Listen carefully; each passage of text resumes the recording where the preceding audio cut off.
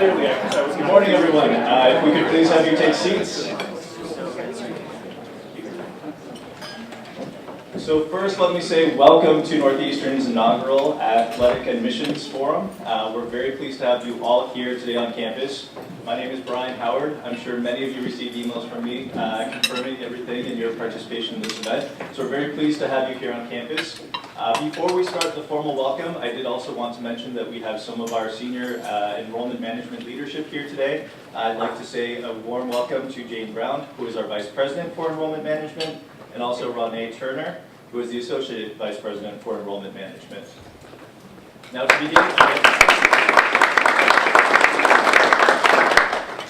begin your welcome to Northeastern, I have the pleasure of introducing to you Philomena Mantella, who is our Senior Vice President for Enrollment Management and Student Affairs. And she will come up and give our welcome to you today.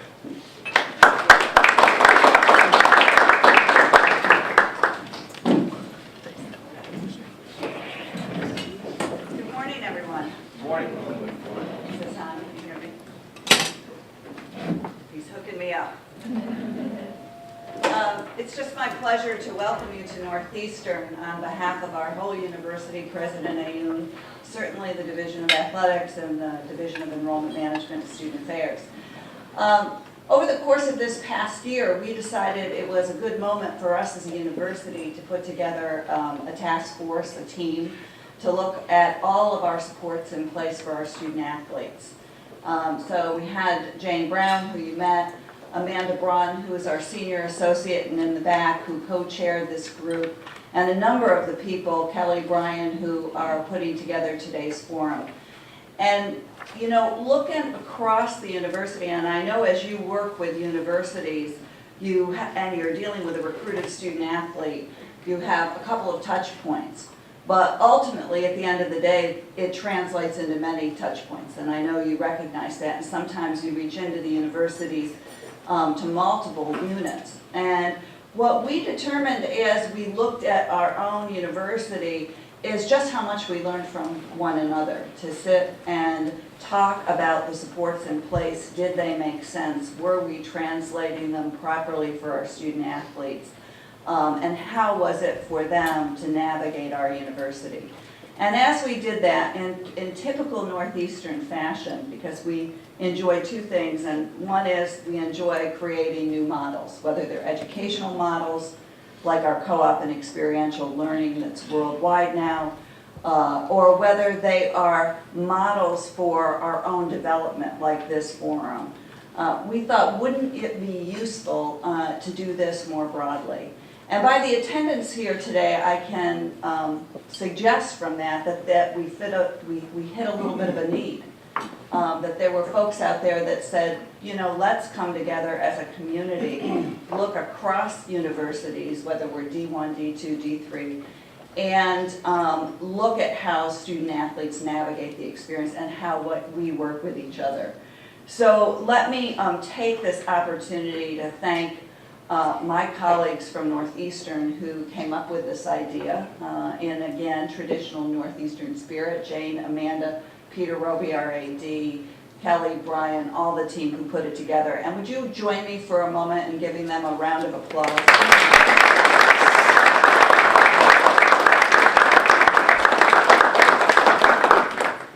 And I hope that today will be, Brian said, inaugural, a continuing event, and one we can expand. And one of the things I would be very interested in hearing at the end of the day is how this went and how it met a need, or how we can adapt it to meet a need.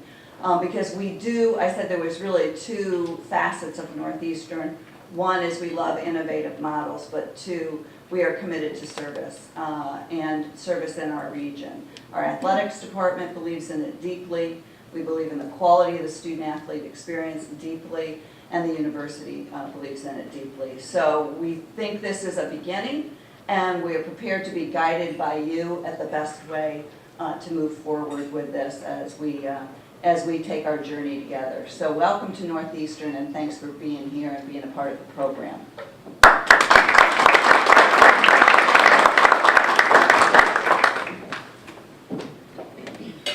Hi again. This really is an exciting event, and we've been working on it for quite some time, and it's so great to actually see our hard work come to fruition. And you know, we've had a lot of support, and the next person I'm introducing is Peter Roby. He's our athletic director, and the support that this guy gives is unbelievable. And without him, the athletic department wouldn't be as successful as it is. So, Peter, if you'd like to say a few words.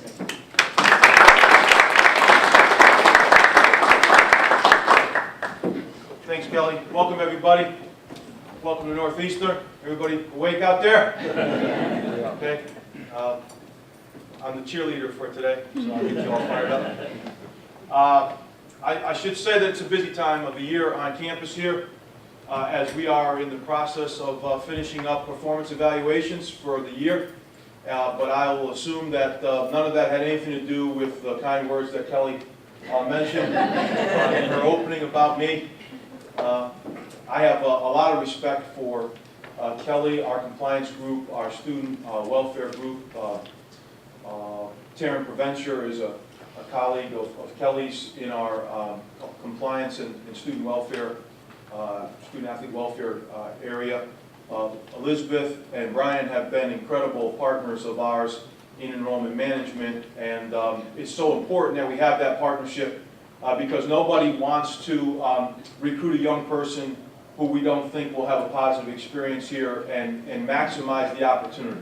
And when we first meet with the student athletes during orientation, their first week on campus, I have a chance to address them and talk a little bit about what our expectations are for them. We talk a little bit about our core values, one of which is leadership. And we want them to develop their leadership capability, to understand that the way in which they conduct themselves individually and how they treat other people and how much they take advantage of opportunities will go a long way in terms of how successful they can be and how people will perceive them while they're here.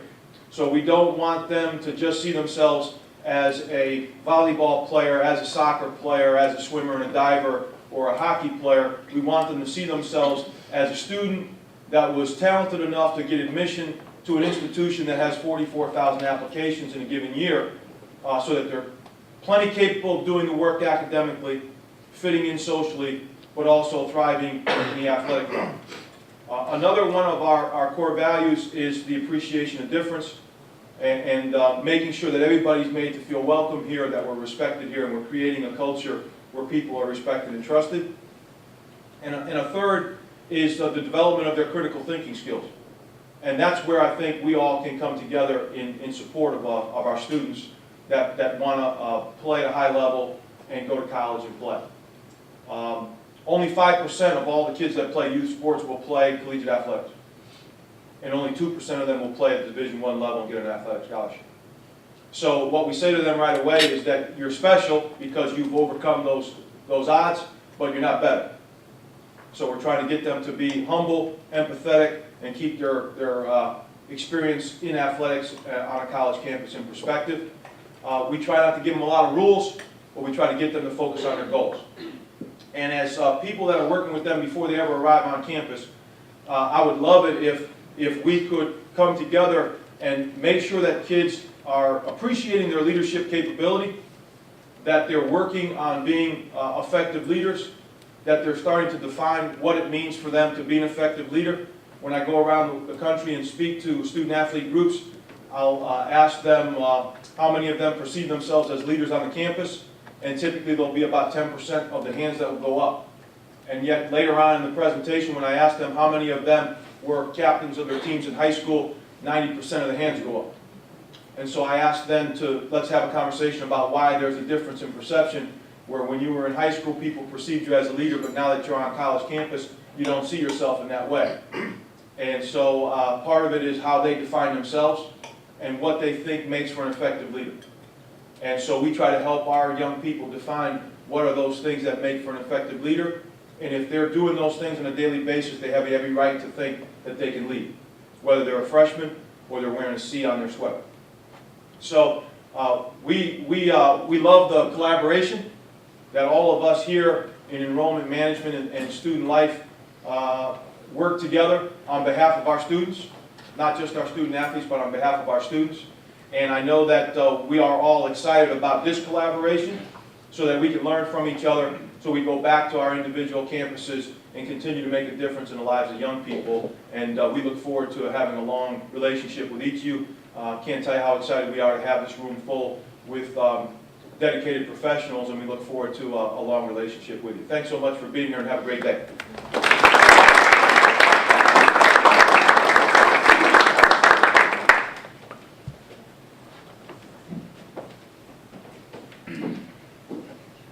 So we have this very distinguished panel up here. Starting right here, let me introduce John Pfeffenberger.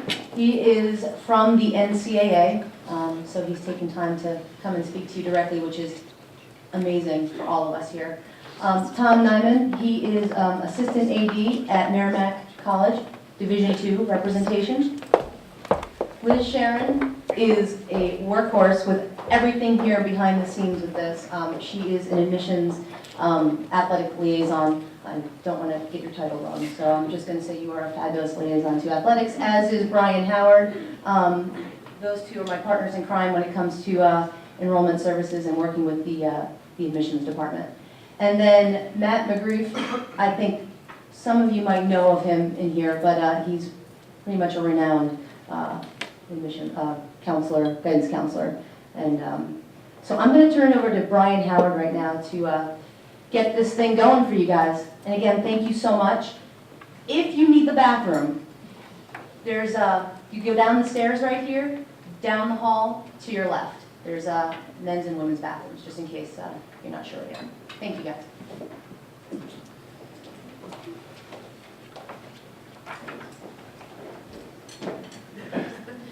I'll start the slides. So first, once again, welcome everyone.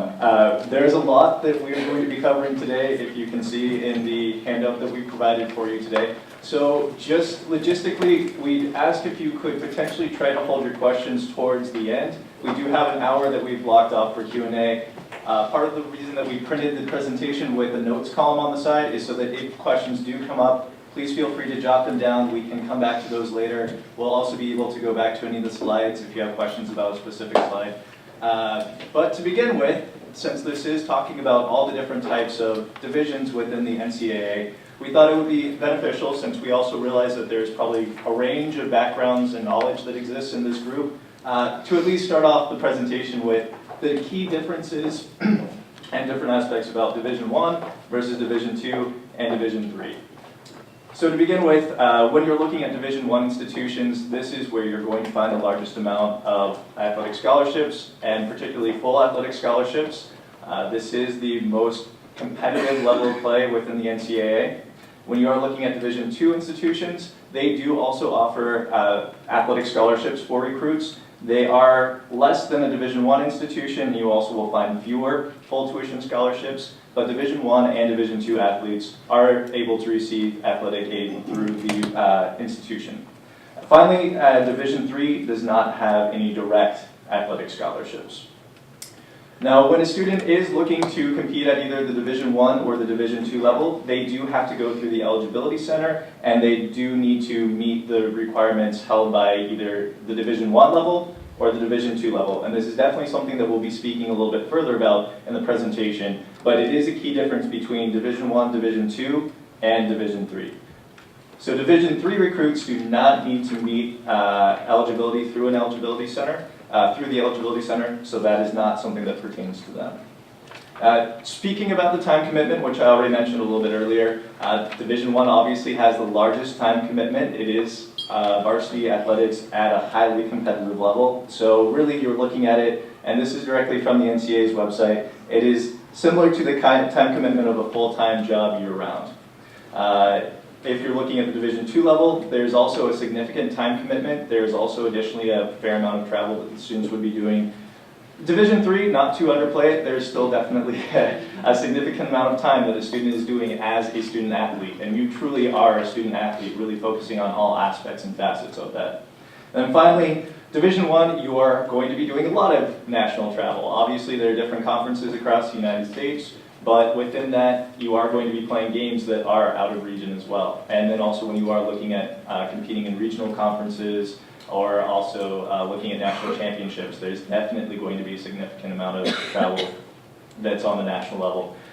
Division II does tend to be a little bit more regionalized, still a significant amount of travel, but once again it varies based on the conference division that the student is playing in.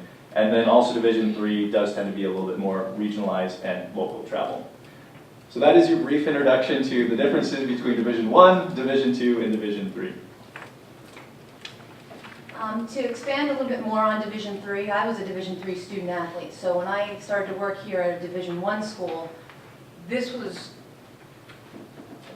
foreign to me about eligibility requirements with the Eligibility Center at the NCAA. For Division III, all you need to be eligible as a freshman is you're enrolled full-time. Pretty basic.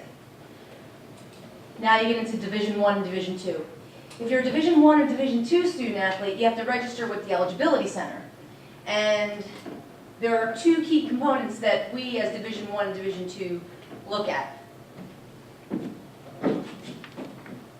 Right here, for D1, D2, and right here, amateurism status. In order for student athletes to be eligible to practice and compete, we have to see, especially for competition, final qualifier must be there. Anything other than final qualifier, whether it's a no decision, whether it's a preliminary qualifier, you cannot compete. It has to say final qualifier. And then amateur status, it has to say that it's complete. It'll say final. If it doesn't say that, we know that's a red flag that something's not right and this student athlete would not be able to get onto the field, court, or ice. Some of the academic requirements, they have to graduate from high school and they have to meet specific core courses, which we'll go into detail in a few later slides. But 16 core courses, they have to have a minimum GPA in those core courses, and then they have to have an SAT or ACT combined with the GPA to make them a qualifying status. So that's the basic gist of what's needed to become a qualifier. Keep in mind, the basis of qualifying status for the NCAA is pretty minimal, and in your packet there's a sliding scale that shows you what would make them a qualifier, but each individual college or university can have higher standards. So even if they meet the qualifying status here, they still might have to meet the high school or the college or the university that they're going to. So the core course guidelines. They have to take their English, mathematics, natural or physical science, social science, a foreign language, and non-doctrinal religion or philosophy. For your college preparatory, they have to be at the regular academic level. So if there are remedial courses or there's something with them that, if they're just a little bit slow learner, there are ways that you could appeal to get those classes in, but they have to be regular academic level. They must be completed no later than the high school graduation date, but you do have a chance to finish one core course post-graduation during that summer if you're needed to meet that requirement to become a qualifier. So they give you that little leeway, the NCAA, to say, hey, you might have missed something, we're going to give you that opportunity to get your 16 credits that you need of your core to become a qualifier to play. For Division II, it's a little different. Yeah. And Division II, Tom is going to interject when I say Division I, so feel free to. Just for the core courses, in Division II, you're actually permitted to take them up until your initial full-time enrollment of a college or university. So that's where you folks might be working with folks in the summer if they're going to go to a Division II, or what they call a PG year as well. So we're able to have that leeway in Division II, where I don't think Division I has that leeway. So. The next slide talks about the specifics of what is needed to fulfill that core. So the 4 years of English, the 3 years of math, Algebra 1 or higher, 2 years of natural science or physical science, an extra year of math, English, natural or physical science, 2 years of social science, and 4 years of extra core courses. So that's pretty much what we need to follow to ensure that they become a qualifier. For Division II, it's great. And for Division II, Tom will talk about that. Yeah, and so you get, for up until the 2016 class, you folks are probably used to Division II having 14 core course requirements. We're actually going to 16, just like Division I is, for this class that's the 13, the new, yeah, fall 13 class. So basically what our distribution is the 3 years of English, 2 years of math, 2 years of the natural and physical sciences, and they have to have one lab if your school actually does offer a lab in the physical sciences. If you don't offer a lab, then it's okay, but if you do offer a lab, they don't have a choice, they have to have that. And then where the differences become now is it used to be 2 years extra of English, math, and natural science, and now starting with that class, it's actually going to be 3 instead. And then they also have to have 2 years of social science, which didn't change. And then which the last category changed as well. It used to be 3 years of extra core courses, and now they're bumping that up to 4. So basically an additional 4 in any of the categories, or else, like Kelly said, the foreign language or non-doctrinal religion or philosophy as well. So as you can see, for a student in high school, this could be a little confusing. Because it's sometimes confusing to us when we see what the students have. And I'm sure it could be confusing on your end at times as well. To make things a little bit more in-depth, there are those non-traditional courses. Now that we're in 2012, we're seeing online courses popping up all over the place. And this was a topic of discussion at the NCAA Regional Rules for Compliance seminar. We talk about what do we do as we get more technologically advanced. What do we do? Do we count these courses? I know I myself am enrolled in an online program here at Northeastern, So what has to happen is it has to be comparable to what is being taught in class, okay? And then what happens is that's communicated with the NCAA so that they can make the assessment of, yes, this will count, or no, it won't. Same thing with the credit recovery courses. You're allowed to catch up that time after graduation. If you're short a course, it still has to meet the the standard of that regular class during those 4 years. So my best advice is have the Eligibility Center's phone number on speed dial, and always pick up the phone and call them. They're really helpful, and they'll be able to help you through this, navigate you through it. So the grade point average on the slide, you'll see how they calculate it for their GPA, the total points.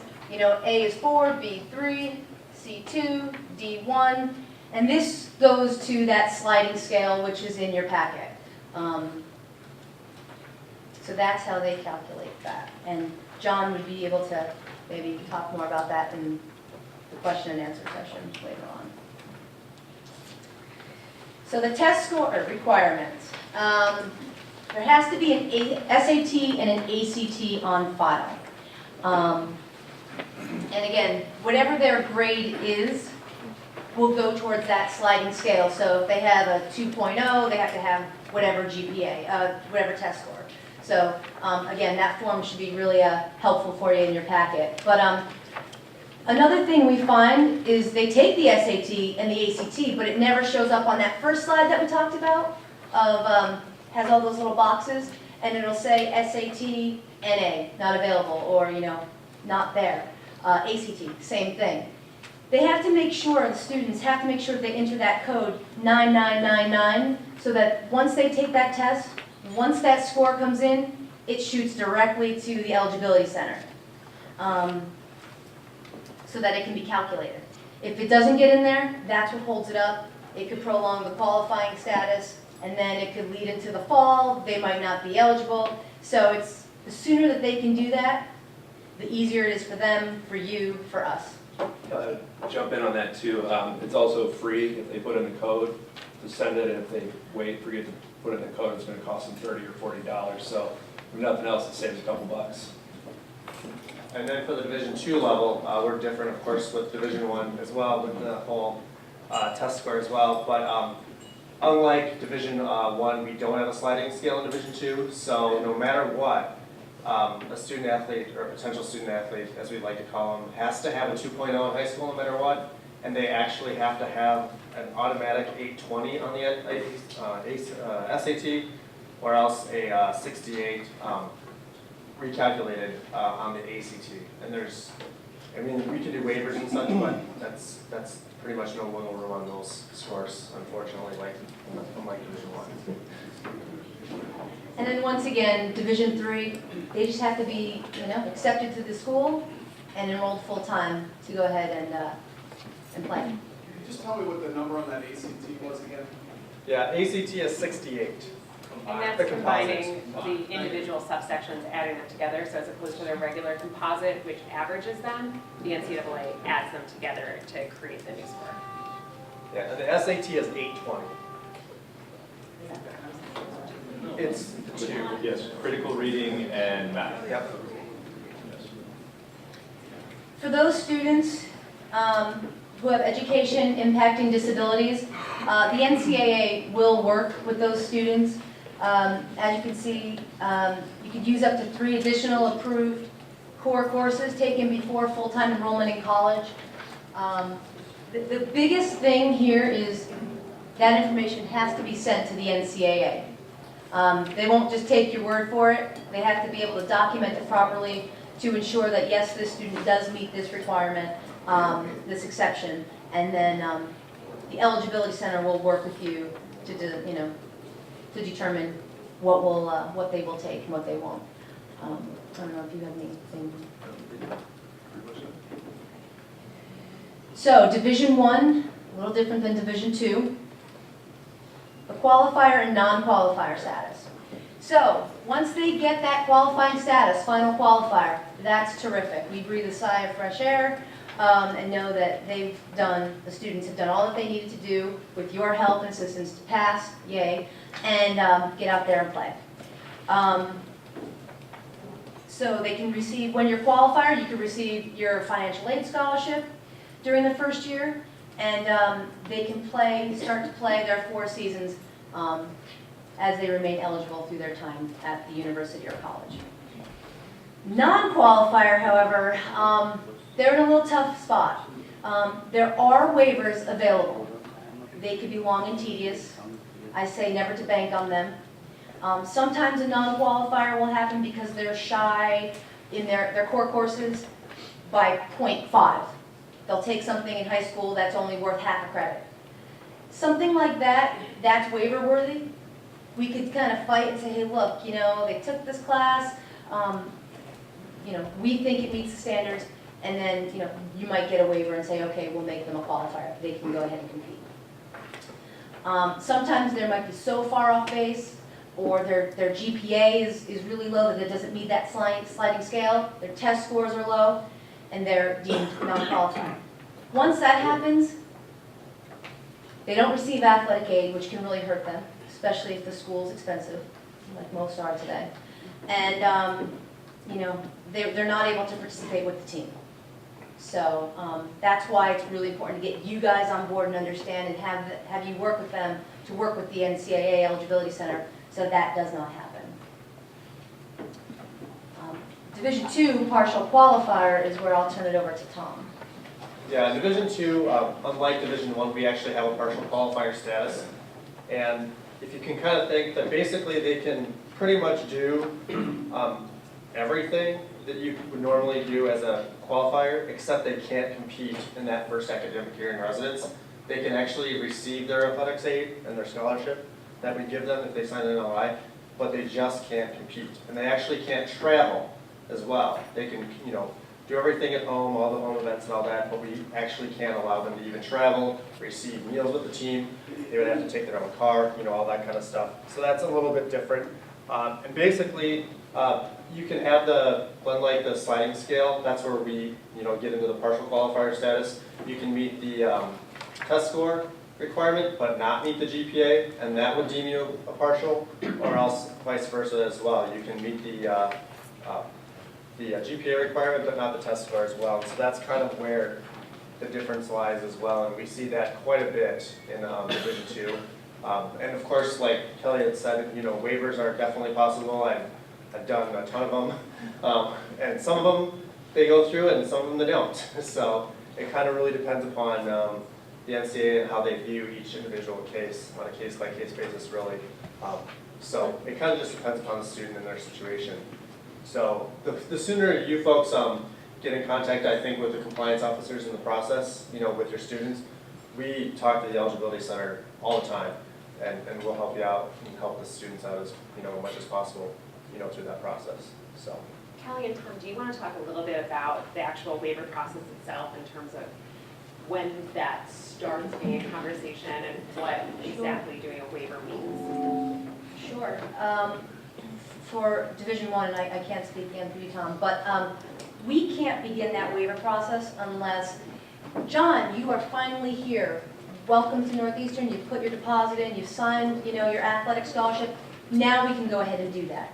If you're just kind of floating out there and you're thinking, hey, Northeastern or some other school down the road, we can't go ahead and initiate that. You have to actually be committed to that university or college that you are planning to attend. Once that happens, then I am working with the Eligibility Center, calling them, saying what is needed.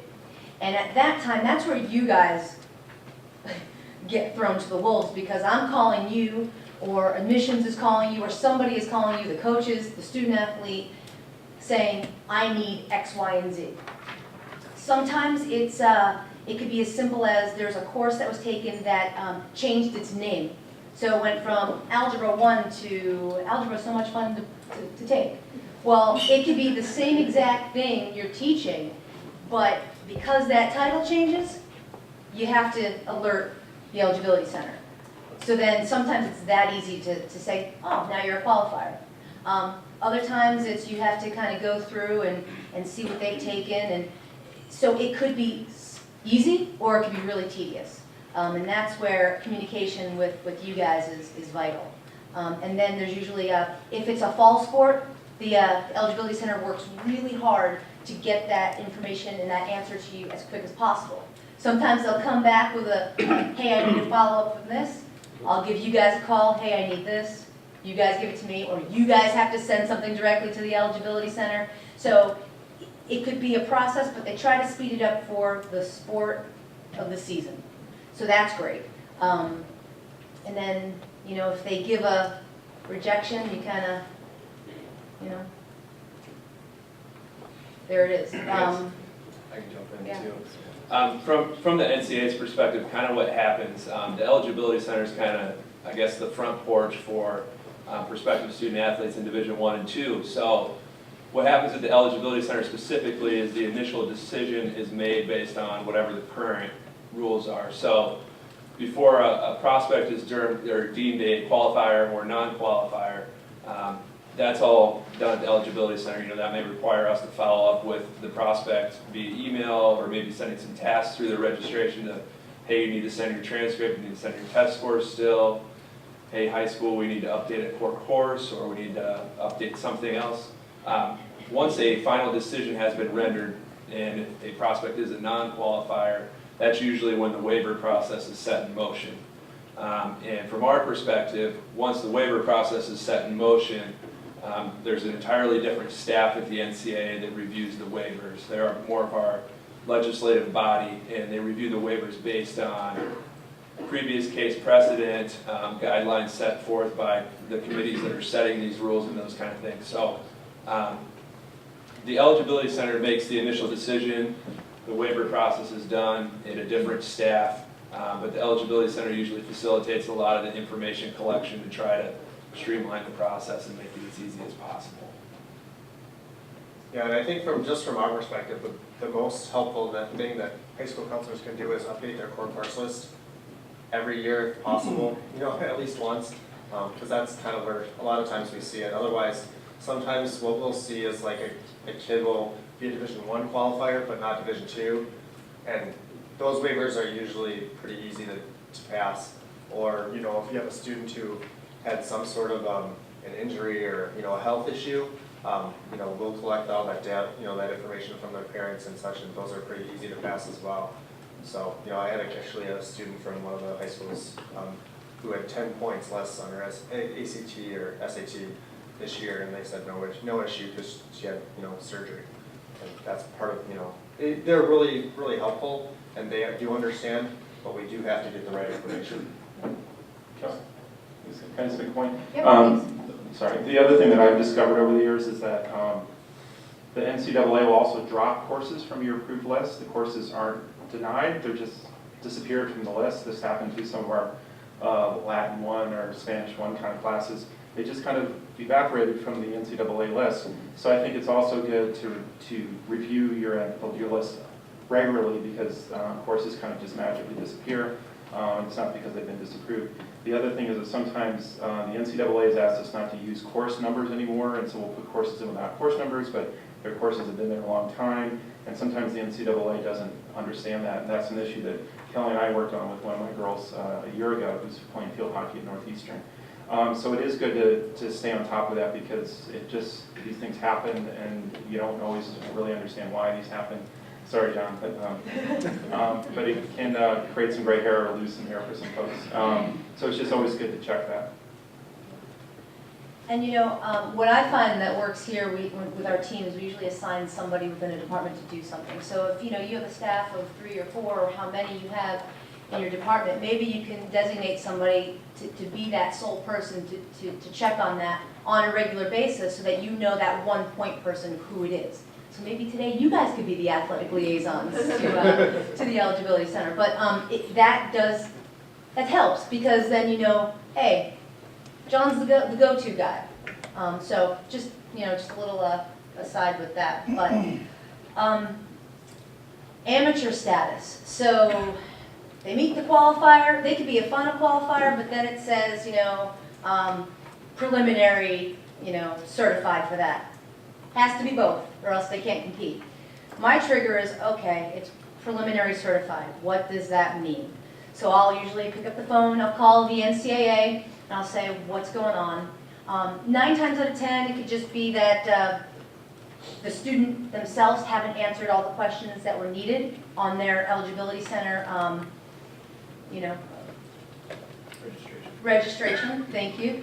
Other times it could be something that there's a little alarm. If they get paid to play, if they get free shoes, if they, sign some kind of contract, that jeopardizes their status.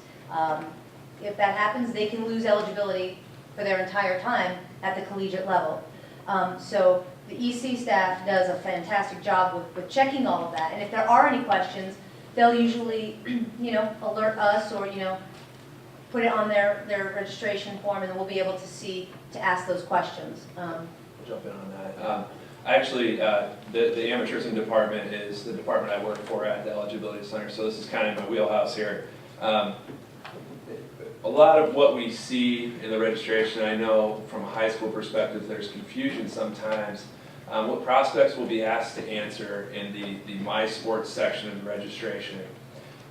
For team sports like basketball or soccer, they're going to be asked about.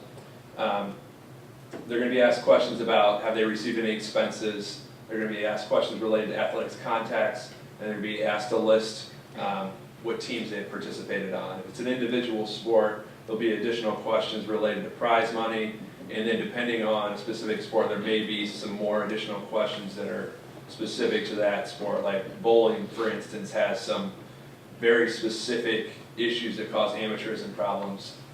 So we ask questions about that in the registration.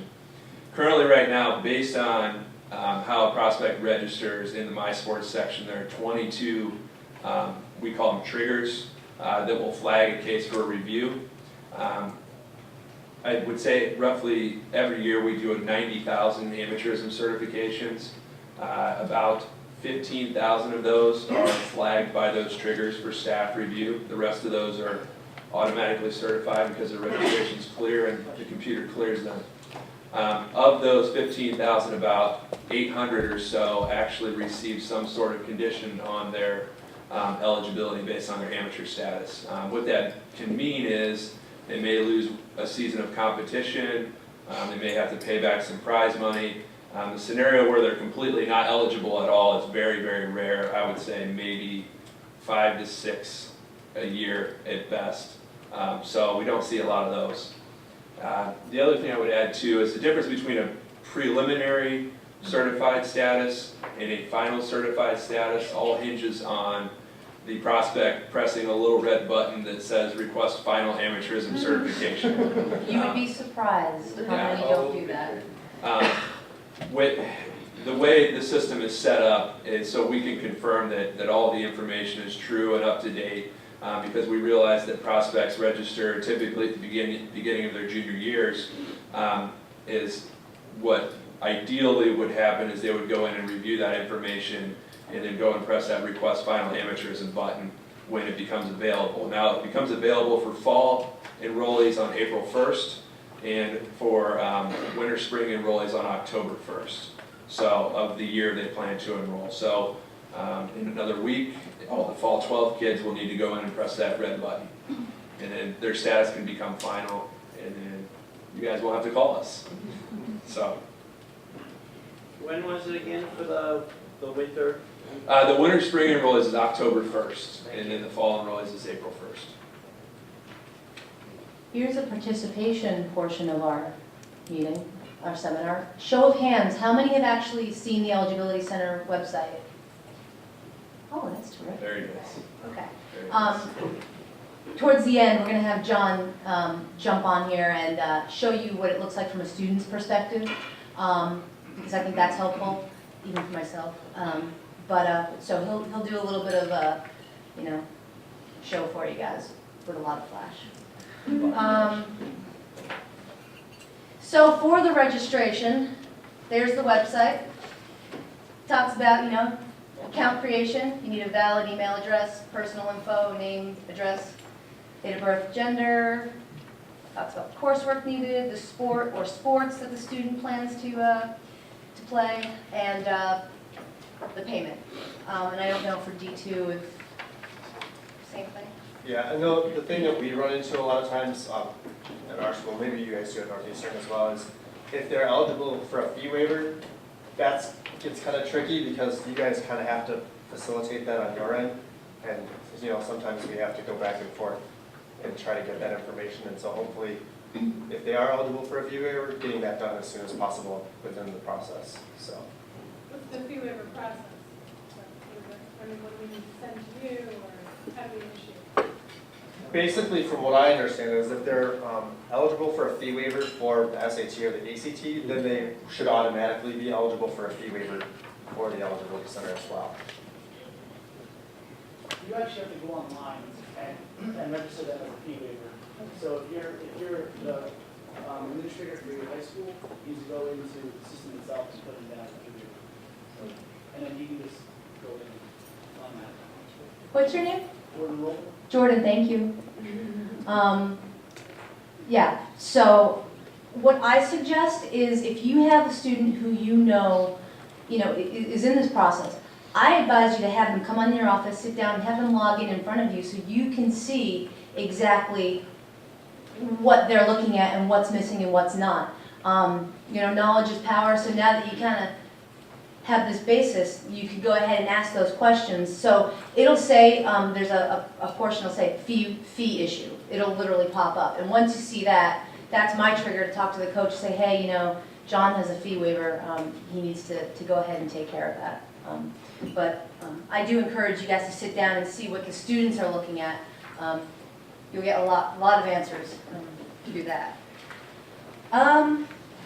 So the next steps for the students, freshman and sophomore.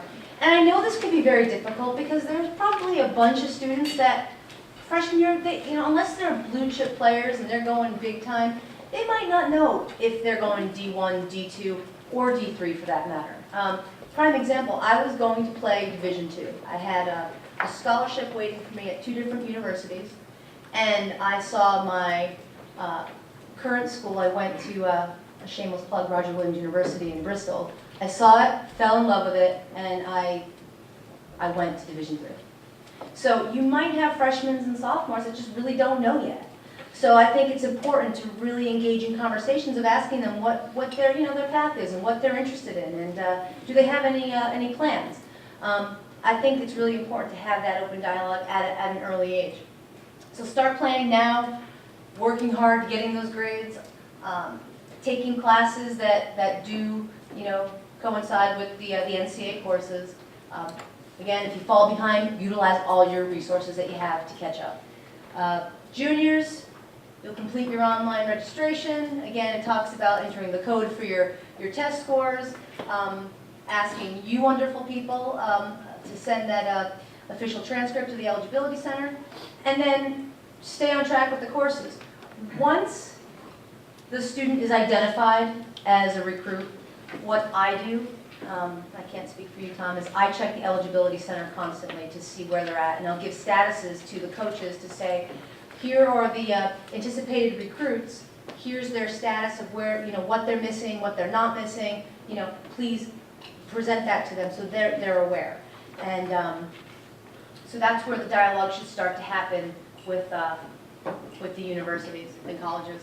And again, with the seniors, if they're not meeting that sliding scale, or they're at the cusp of it, retake those tests, continue taking college prep courses, review those amateur responses, graduate on time, and really just communicate. Communicate with everybody involved.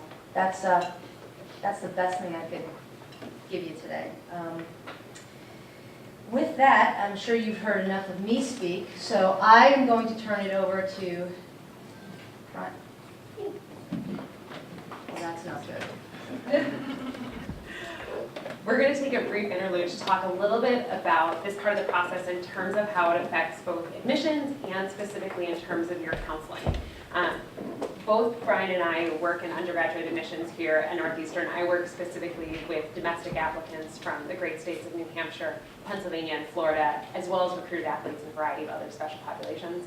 And Brian specifically works with international students coming from Central and South America and the Caribbean. So we have a unique knowledge base that covers both domestic and international students and recruits, which for us has worked extraordinarily well and hopefully allows us to answer many of your questions today. In addition to our roles doing regular travel, visiting your high schools, reading applications, etc., we also work directly as liaisons between ourselves and student athletes as they move through this process. So our job takes on the role both as liaising with the athletics department at Northeastern, as well as with prospective student athletes, as well as with their parents and their secondary school counselors. So we communicate in a lot of different directions, and what we found is that the more we communicate, the more effectively and more efficiently this process moves along.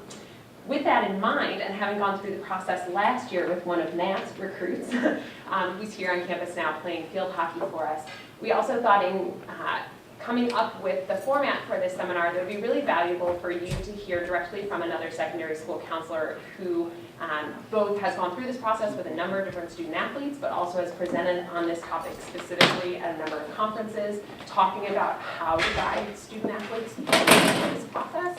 Hence why we invited Matt here today. Thank you. For some of you, you may have seen parts of this presentation at the Biscuit College Fair, so I apologize already for that. In my 10 years at Middlesex, the evolution of college athletics has changed dramatically, and I'm starting to see sophomores in my office wanting to know how to commit to a college. I'm sure many of you know this, and it's really scary. I worked on the college side for 13 years, knowing that admissions offices make decisions, not coaches. So the dance is getting crazier and more fast-paced.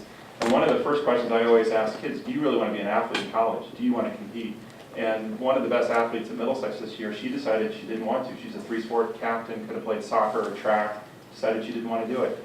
And in some ways, it's a question that needs to be asked early and often with some of these kids. And particularly with the girls, I think the girls have a different set of priorities than the boys do. Their identities are not defined by athletics as much. That, of course, is changing as well, as we know. The next question I ask kids about is fit, and are they ready to figure fit out for them? And that's always a moving target with their parents and club coaches and so many coaches around them, their entourage in some cases. It's going to, in fact, impact their college process in ways they don't even understand yet. I have a girl who, junior, October of her junior year, she's trying to decide between 3 Ivy League schools for lacrosse. She's ready to jump out my window with the intensity of it. And then she commits to Princeton, which most people would be really excited about. And a week later, she was like, did I really make the right choice? She's been on campus for maybe 3 hours. She made a decision committing to that coach.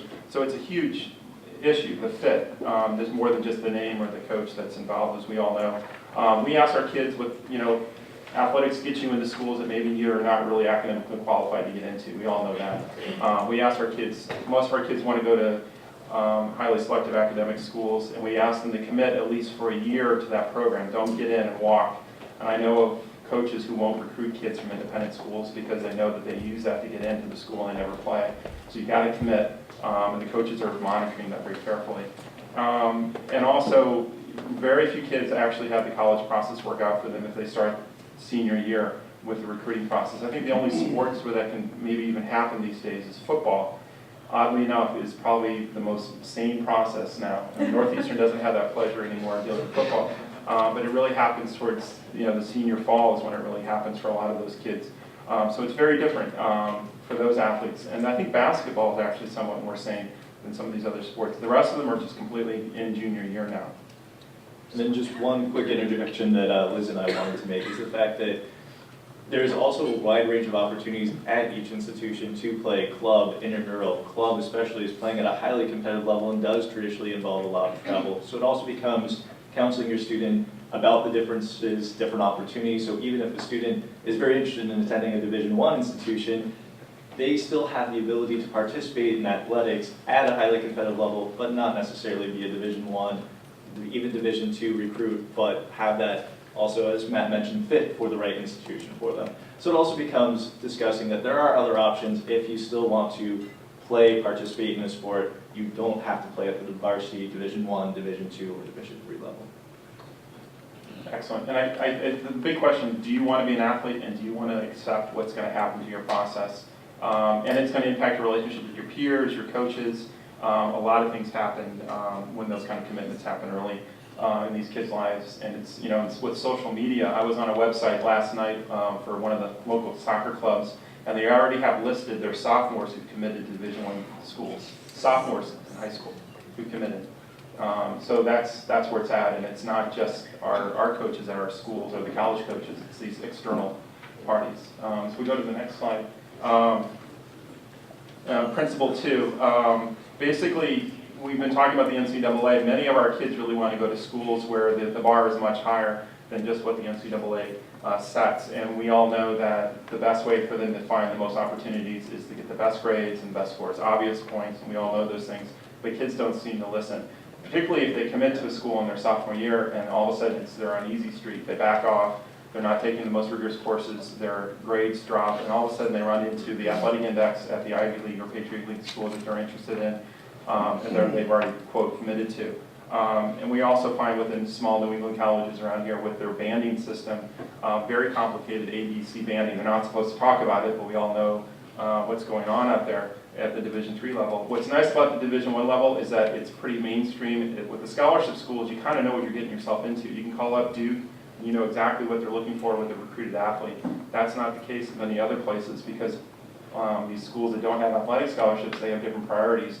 The wrestling program at Brown might be more important than the wrestling program at Cornell, which I think is actually the opposite.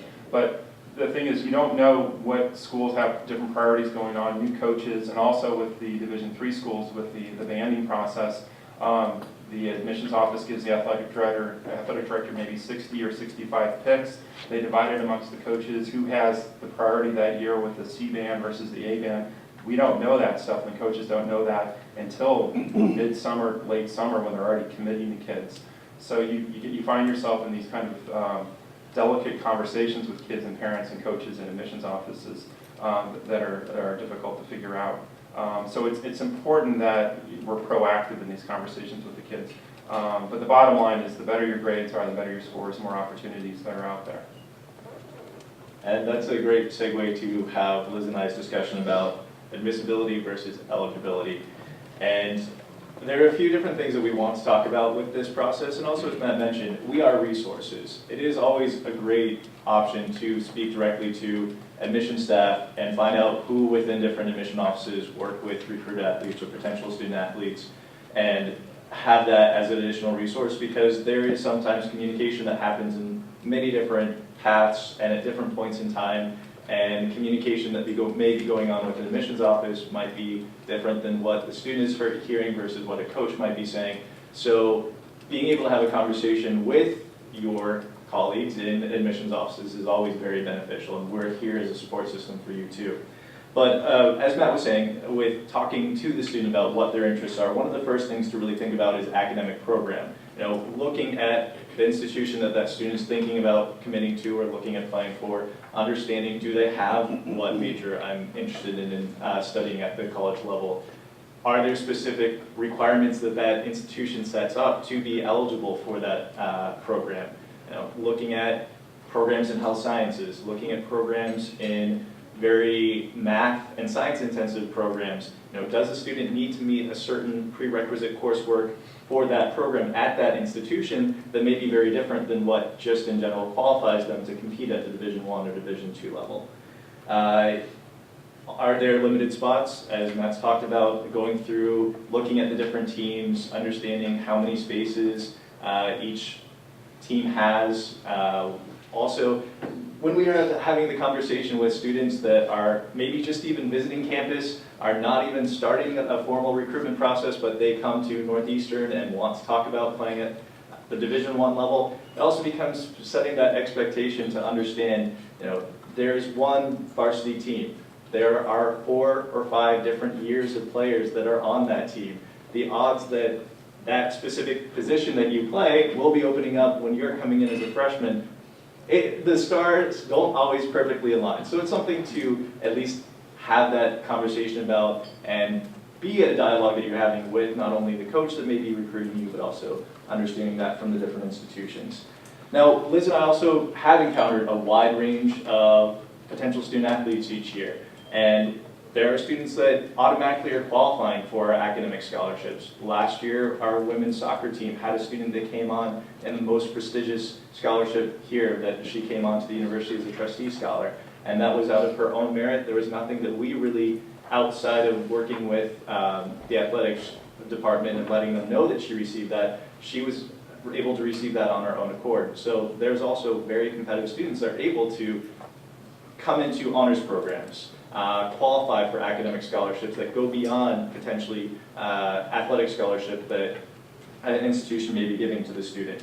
That does also become a situation where we have a lot of communication with Kelly in compliance, letting her know what students have qualified for athletic or academic aid, because then that is something that they need to work with from their side too, about making sure that everything smooths out easily in the process. But then also understanding that the way that the NCAA calculates a GPA could be very different than from an institution themselves and how they calculate a GPA. And we do encounter that every now and then, where a coach may think that a recruit has a certain GPA on the NCAA's Eligibility Center website, but we'll look at them in a different context based on the courses that we're accepting, based on how we weight and recalculate GPAs. So sometimes there is a little bit of a difference and variation between the different expected GPAs that they think a potential student athlete may have and what we're looking at them for our evaluation purposes.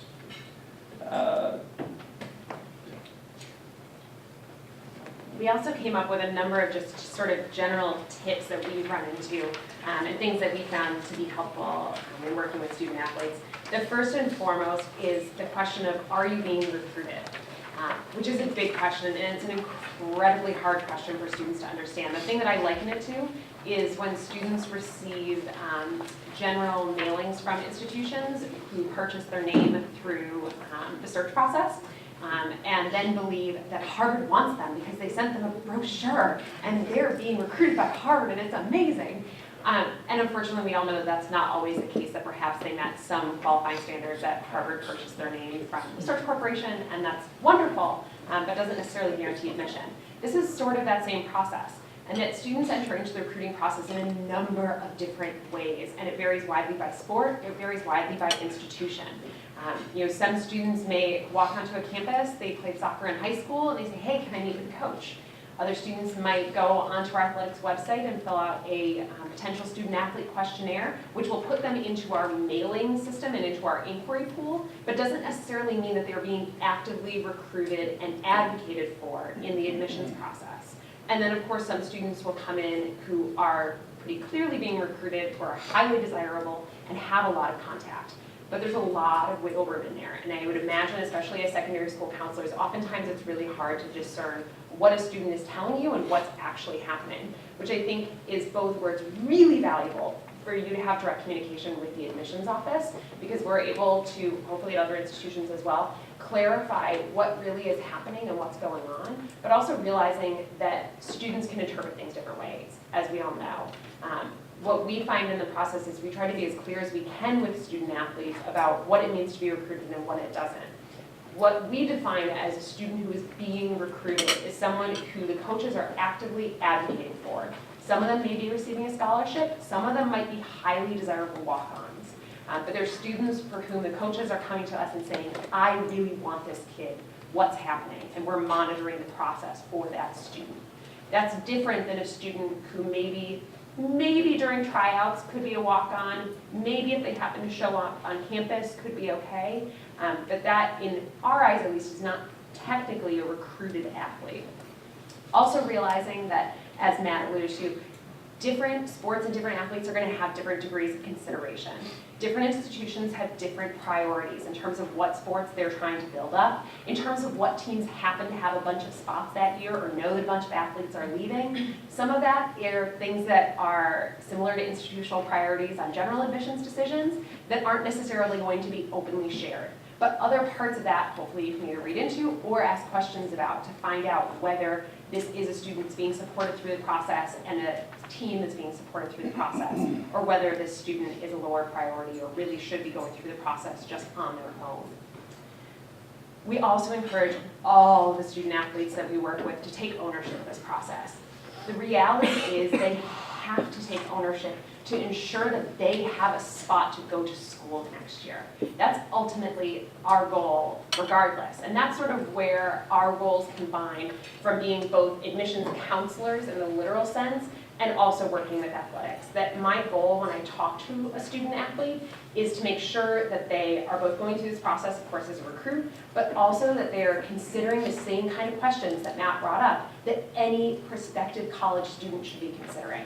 So it's really important that they submit a common application or whatever college application that school requires. It's important that they send their transcripts and their test scores because we don't take them from the Eligibility Center. It's important that they get recommendations and they send those in. It's also really advisable if they make deadlines. There's a whole slew of special circumstances. And Brian and I have come to realize that this job is completely year-round because you never know when a student's going to decommit at the last minute, when a student's going to leave at the last minute, when things are all going to fall from the sky and you have to make lemonade out of lemons. But what you do know is that if a student, especially if they maybe are more on that cusp of are they being recruited, are they not, are they a high priority, are they not, if they've made the deadlines and are going through the regular process, they've safeguarded themselves that they will have an admissions decision, that they will get something from the school, that they'll be eligible for need-based financial aid and merit scholarships. So the more that they can go through the process as a regular applicant, I think the more that it ends up safeguarding them in the end. Certainly different institutions and different teams are going to do things different ways in terms of submitting things to coaches and things like that. But if they're able to approach the process in a straightforward manner, it ultimately benefits them in the end and safeguards them against any possible iffy scenarios. The other two things that I thought of, or at least one thing that I thought of that we didn't put up on this slide, is the tough conversations that do happen, and sort of, again, how athletics admissions decisions mirror regular admissions decisions. When I'm counseling or interviewing student athletes, I always tell them, and this is the same thing that I told Matt, which was a hard conversation, that until they physically have the acceptance letter in front of them, that is what makes it real. We're going to talk in a couple of slides about national letters of intent, and a national letter of intent is not an admissions offer. The physical acceptance letter, ours comes signed by the associate vice president, and it says you are committed to this major and welcome to campus, and you deposit. That is what guarantees that you can come and that you are coming. I always guard my responses in saying that, of course, I never know what could happen. You could flunk out of school. We've had students almost do that. You could have a major disciplinary issue between the time that I interview you or the time that a coach talks to you and when we're making decisions. You never know what extraordinary circumstances could happen. But I think, again, the more you communicate, the more realistic of an expectation that you can set with a parent, with a student, and between two counselors sitting on opposite sides of the desk. In Matt's specific circumstance, we were working with a student who, we couldn't offer her a physical letter to say, you're admitted and you're coming. And understandably, Matt wanted to make sure that that student was going to have a home for the fall.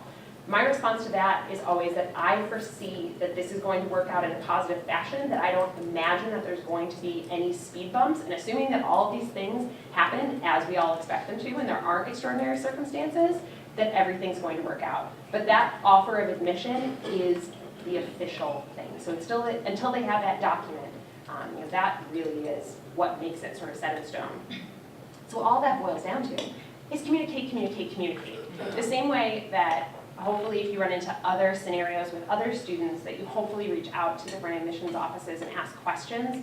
I think that oftentimes your admissions counterparts can be some of your best advocates and can give you more of that information because we are hopefully at other institutions as well working at this from both perspectives. When I have conversations with my secondary school counterparts about recruited athletes, I'm able to give them direct information rather than feeding information to a coach who then calls the student or the parent who then feeds it back to the secondary school counselor. The more that you can communicate directly, if you do have a question or if you have a concern, I think that calling the admissions office directly can be really useful. Because hopefully they're able to give you the most transparent information possible so you can best advise that student through the process and give them that information. So a couple of things. Liz, maybe you made this job sound like it was a trial for us sometimes, but you would not give this up for anything. This is such a unique aspect to my job, and it's a nice transition, and it's never a dull moment, as Kelly can attest to as well. There's always some very unique situations that come up, and really spending the time going through and problem solving and working with all of our different constituents in various different groups across campus and also on the secondary school side, it makes for a very unique job with working as liaisons between admissions and athletics. I'm going to jump in. I forgot my last point. I'm sorry. No. Was also, and I'm not sure if Alex is still in the room. Is Alex still here? I saw him lurking before. We also, in addition to working directly with Kelly on the admission side of things, also have a liaison in our financial aid office who works directly with recruited athletes. That's another really valuable conversation to have. As Kelly said, higher education is getting more and more expensive. Understanding if there's a scholarship offer out there, how other parts of financial aid are going to work out for a student, and what all of that means when it comes together, especially, again, for students that are on that cusp of are they receiving scholarship, are they not, are they a walk-on, are they a priority or not.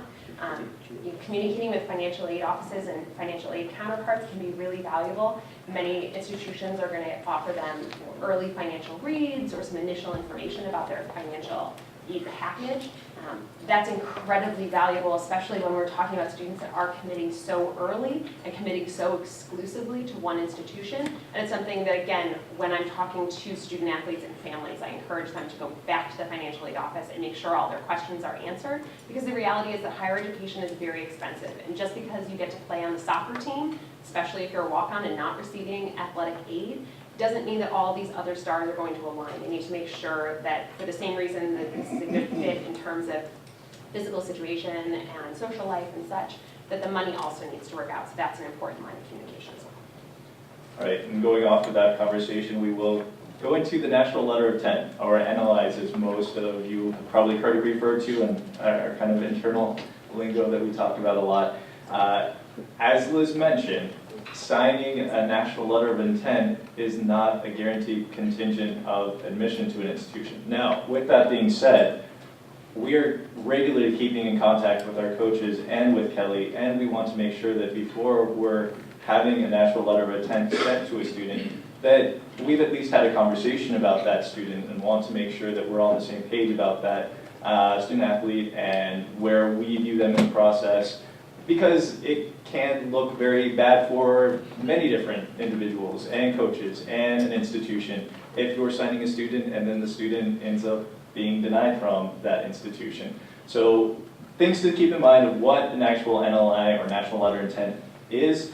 It is a binding agreement between that prospective student athlete and that member institution. So you are signing an agreement and a commitment that you are planning to enroll at that institution if accepted. And that they, as I mentioned, agreed to attend that institution for one academic year, and then also that institution agrees to provide that financial aid for one academic year. Keep- Yeah. and- Okay, go. Yes, I jump in a couple of points on the national letter of intent. Well, first of all, kind of in the same thought process of the national letter of intent is official visits on campus. One thing to remember is the students do need to be registered with the Eligibility Center in order to go on an official visit. They also need to be registered with the Eligibility Center to sign a national letter of intent. The national letter of intent process only exists for Division I and Division II. It doesn't exist for Division III because there's no athletics aid. A couple of other things that are probably common misperceptions maybe. There's no such thing as a verbal commitment. It doesn't really mean anything other than you've verbally committed yourself to an institution.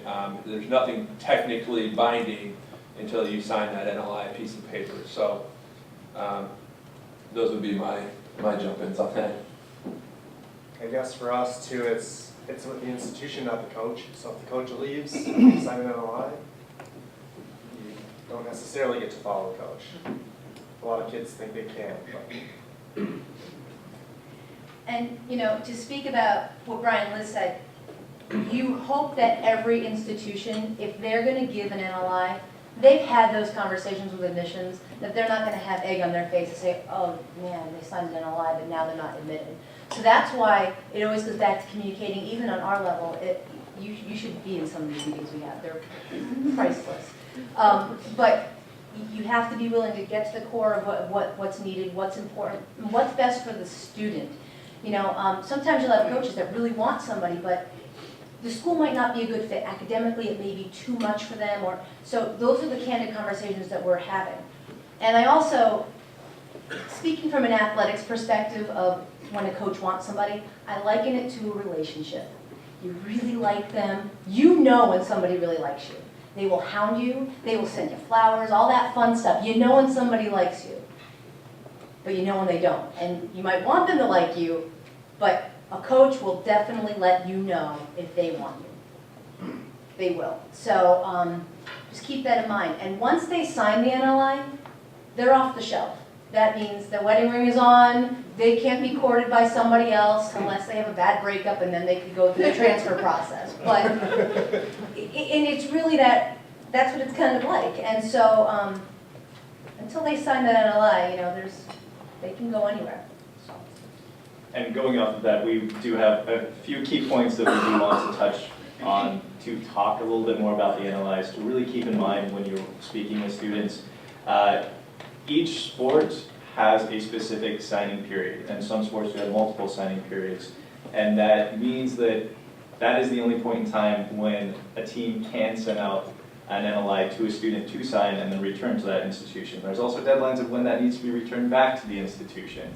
And sometimes these signing periods do not always coincide with admissions decisions or periods at a time. And especially when you have institutions that release decisions at specific blocks, you know, that can have a play into when coaches are speaking with admissions officers about when to send out an NLI, which signing period works best, where we feel in the process of everything. But it is key to understand that, and this is all posted very clearly on the NCAA's website about when each year each sport has their either early signing period or regular signing period. And once a student, as Kelly mentioned, has signed that agreement, then they are off the table for any other institution. So that is meaning that other institutions must cease their communication with that recruit as well. So truly it means that there is that special relationship that's been developed. And then also, as we've said a few times, the NLI does not guarantee admission to an institution. However, we are hoping that there are many conversations that have been had because we do want to look out for the best interests of students.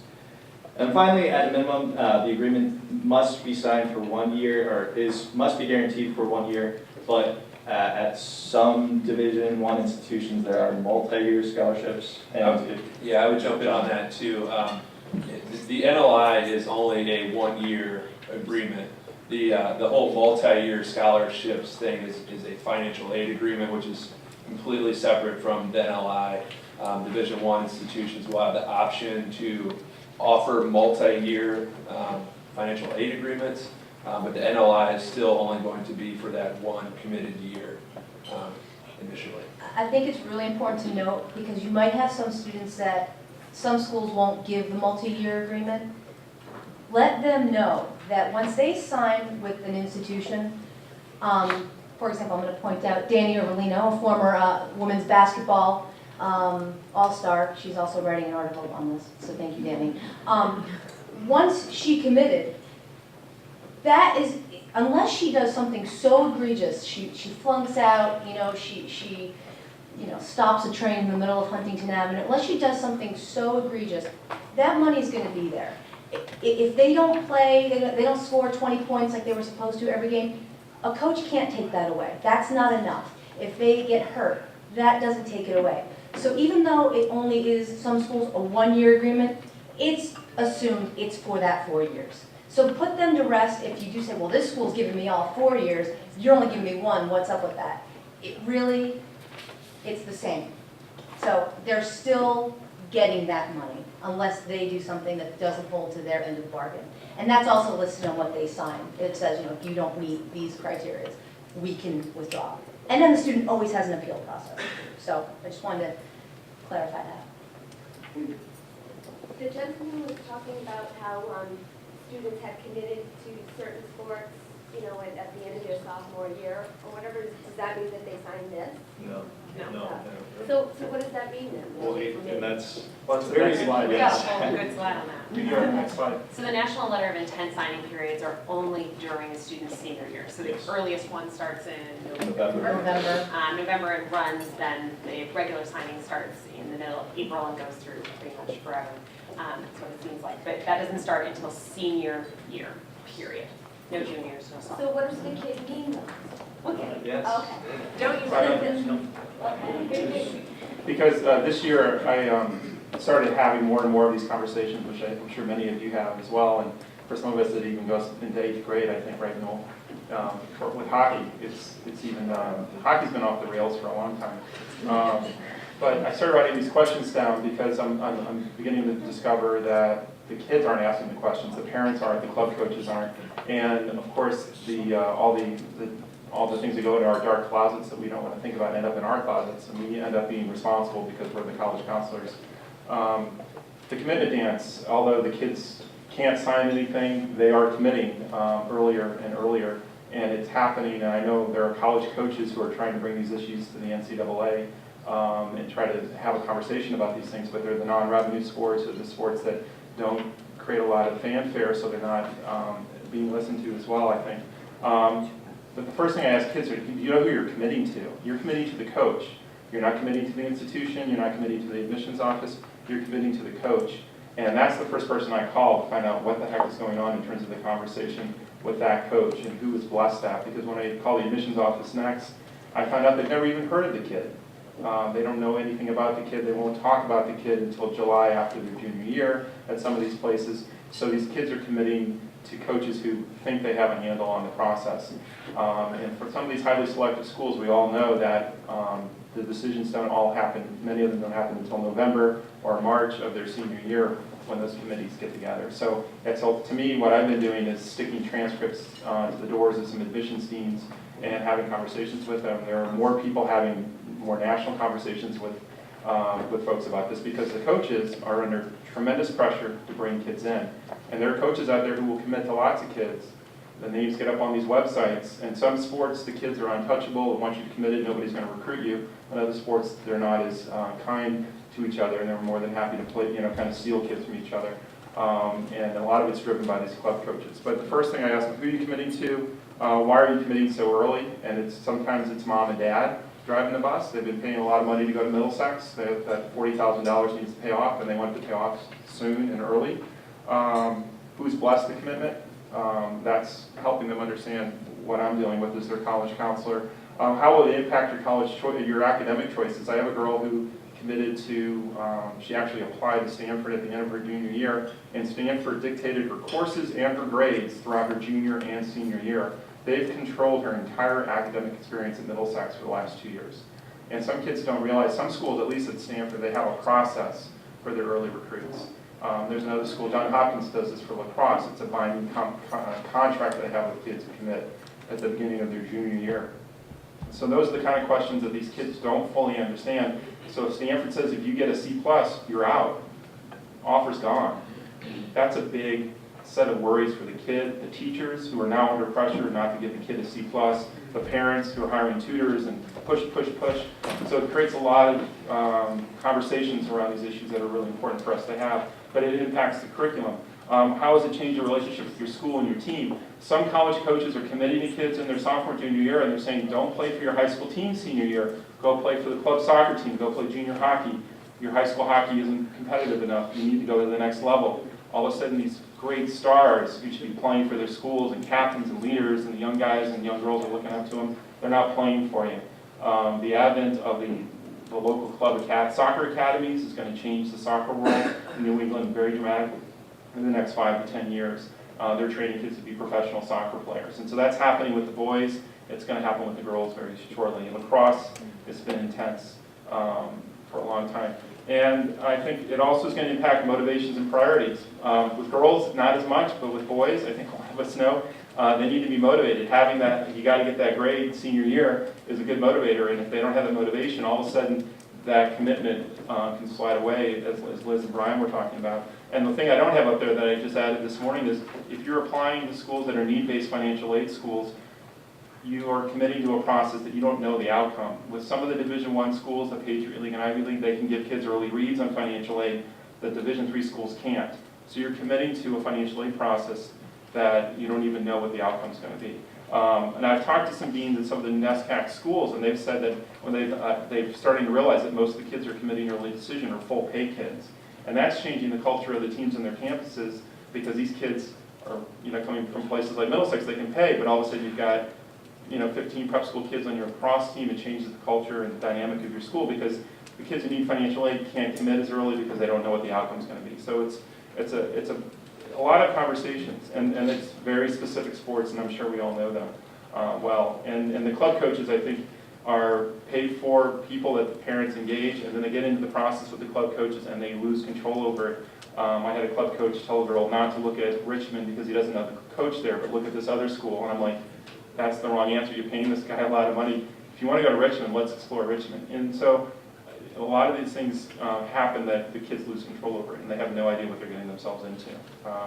And if we go to the next slide, Brian and Liz have covered a lot of these issues, and I just wanted to, I was going to talk about financial aid, but I already talked about that. I think what I talk to my kids about is also, it's the broken leg test, right? If you break your leg, are you going to be happy to be there? I also talk to kids who are musicians and actresses. Are you going to be happy if you can't perform? Broken bow, or if you're going to MIT and your beaker breaks. We have kids who go to MIT and they get overwhelmed because it's more than they expected. It's a very common conversation that we have with the kids, but they're not asking that. And Mike Denning from Nobles tells a great story about a kid who wanted to be a poet, an English major, and guess where he went off to play hockey? RPI. When his hockey career didn't work out for him, he was at the wrong school. RPI is a wonderful school, they have a great English department, but he wants to be a creative writer, so he had to transfer out to find a better academic home. And again, kids underestimate that, and the kind of contrast with the RPI thing is really a powerful thing. But I think it's a lot of it is, kids really having a healthy process, which when they're a sophomore in high school, when I was a sophomore in high school, I was not ready to be recruited. Peter Roby, he didn't mention this and embarrassed me, but he recruited me to play basketball at Harvard. I had a very short, brief, nothing like Jeremy Lin's career at Harvard. But he walked around with a list with my GPA, my SAT scores, and he winked at me at Valparaiso University. It was at this all-star camp, and he recruited me. And I didn't commit till May 1st of my senior year. I flew out for my recruiting visit in April of my senior year. I mean, a totally different process. And the kids don't have that luxury. When I was a sophomore in high school, nobody would have recruited me. And I feel bad for those kids who grow up their junior and senior year. If you're a spring sport athlete, you don't get to show your goods, and the process is done. And these coaches commit to kids who are 15 and 16 who are great now. Are they going to be great when they're 18? I mean, it's a big question. That's a hard one to ask kids and their parents. We go to the next slide, advising student athletes. No calls, no interest. I think for kids at the Division I level, that's pretty telling on July 1st, 2012. That's when the coaches can start calling them, although emailing and texting seems to be something that happens more often than we realize. But at the Division III level, the coaches many times are by themselves. They might have part-time workers in their office or part-time coaches. So the kids have to promote themselves. They need to call the coaches and follow up. It doesn't mean all opportunities are gone, but in some cases they might be. Overly aggressive parents, I think parents are probably the thing of all of our existence. And just to tell two very quick stories, we had a women's hockey coach come to a Middlesex game, and she asked our athletic director, who should I watch? And he pointed out the girls on the rink that she should watch, and she watched them for a period. And then she came back and she said, all right, tell me who their parents are. And she watched their parents for the second period. At the third period, she left. She said, I would recruit those 3 girls, but I will not have their parents in my program. And so it is a small, small world. And we had a girl this year, her club coaches undermined her because her parents were so moronic in their behavior around the process. And she lost opportunities every step of the way. And when I do this presentation with parents, you see the kids be like, well, look over at their parents like, my dad, he's the dad.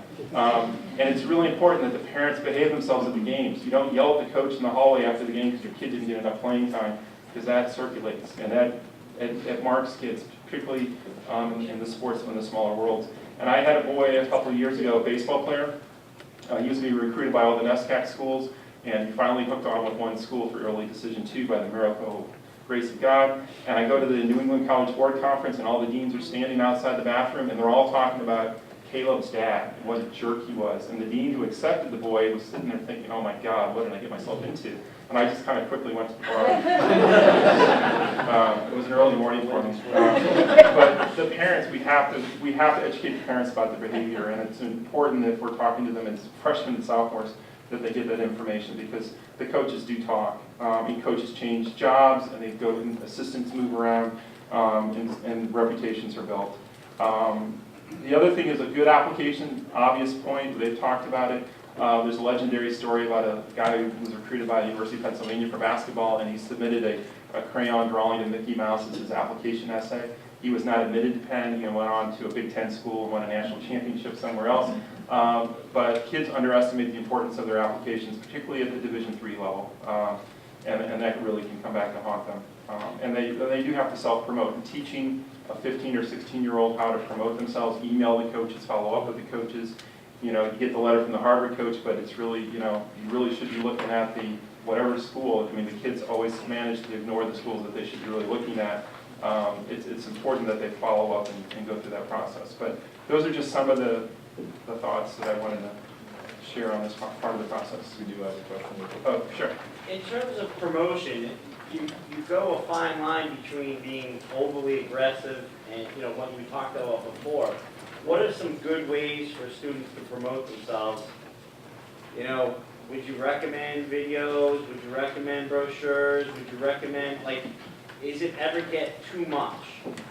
When I tell my kids, we try to draft an email of introduction with a resume that goes along with that, and get the coach, connected to the Middlesex website and their games and things, so they can come see them. When are they going to be playing in tournaments, summer opportunities, summer, camps and things like that. So we try to develop a kind of a communication plan in that sense. More kids are putting things up on YouTube where they can have a secure place where they can put up game film.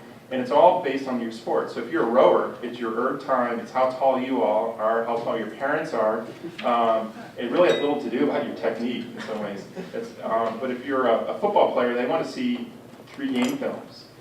If you're a golfer, they want to see your swing. So it's really sport by sport in terms of what they want to see. Soccer coaches like to come and watch kids play in person versus watching them on videotape. With football, you can maybe do game, you can also do segments of things. So it's sport by sport, but a lot of times, and the coaches will request it, but I think it's part of that communication. You introduce yourself, you get the information to the coach about your academics and athletics, You offer the video, you try to get them to come see you play, you try to get invited to their summer camps and things like that. There is a line of too much, but I think that's kind of the game plan that we try to develop. I think it's really important that if a student is interested in the school, definitely contact, because the coaches are going on the road, they're going to so many different tournaments, there's so many different avenues that they can find students, that sometimes there could be this amazing individual that, they just don't know about, it just kind of, went through the cracks. So I always encourage, send an email. If it's somebody in the region, get your butt to that campus. Do an unofficial visit. You show up, you introduce yourself. That those things go a long way. And, you'll know quickly if they're interested. Once the coach sees the name, you'll know quickly, one way or the other. So definitely be proactive. And also with Facebook, make sure that they're not posting anything inappropriate. And if they are, tell them to block their accounts. I will point out one thing, and I know that this is in kind of the process for Division I, but just so you guys know, the Division II legislative body did change the recruiting rules this year. So after the sophomore year, coaches can unlimited do everything. Just so you know, text, email, call, everything, starting this June, June 15th. They can go after your rising juniors, I guess, is the kids who are going into their junior class from now on. They just changed that rule, and it's in effect this year. What date is it, like July 1 or rising, like? It's June 15th, I'm pretty sure, after their sophomore year. Being And I'm pretty sure that Division I's probably going to change. And if that's Change not it as enough, well. we're on your heels. Yep, they're So- probably going to change it too. And some coaches are cool with it. They're like, thank God I could bombard these people. And others are like, wow, this is just too much on the students, too much on us. So it's definitely, it's going to be interesting. And if you have a school that has a lot of money and has the staff, they can harass more. And so it's going to be interesting. It's going to be stressful. So that's why if you have a student who's an athlete who's into this process, become their ally. They need somebody that's going to be in their corner.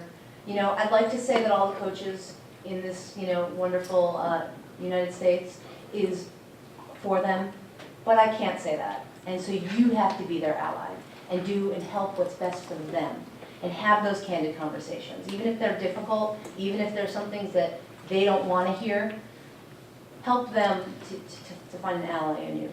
It's vital. And we're your allies, by the way, so if you have any questions, you now have us to give a call to. And just real quickly, we do still have John who's going to present on the NCAA, so if we could still hold questions, we have more than enough time to do questions, but if you wouldn't mind holding them for a little bit longer, we'll let John present about the NCAA. I'm just going to go through. Thank you for taking time.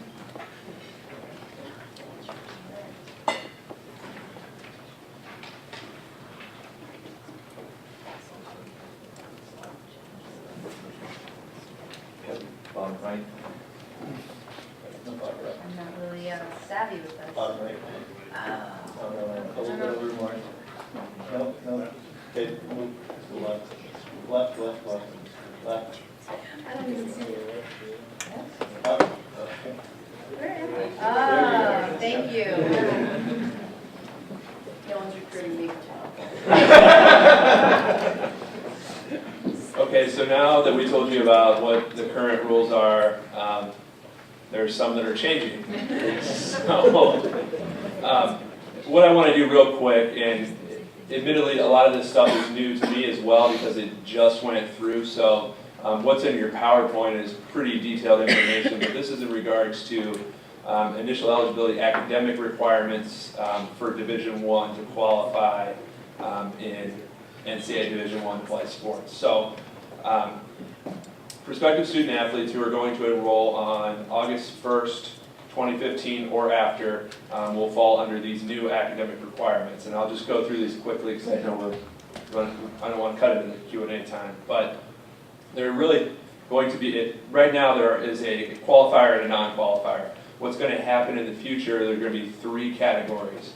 A full qualifier who can have competition, scholarship, athletics aid, and practice their first year.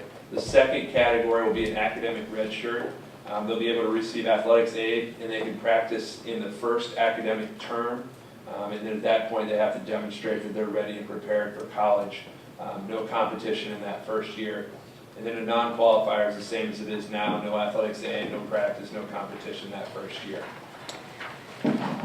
So here's a basic summary of the changes. There'll be a minimum core course GPA of 2.300 required. Be a change in the sliding scale. The big change, I believe, is 10 core courses will now be required to be completed before the beginning of the senior year.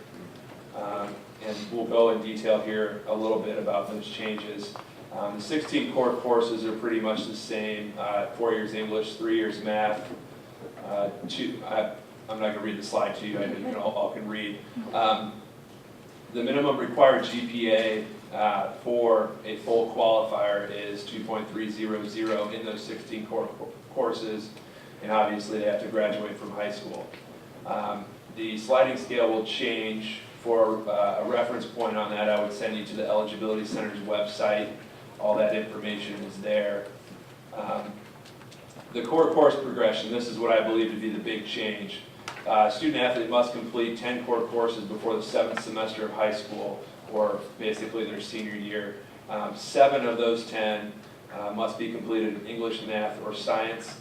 And for purposes of the GPA calculation, those 10 core courses become basically locked in. They can't retake them for better grades.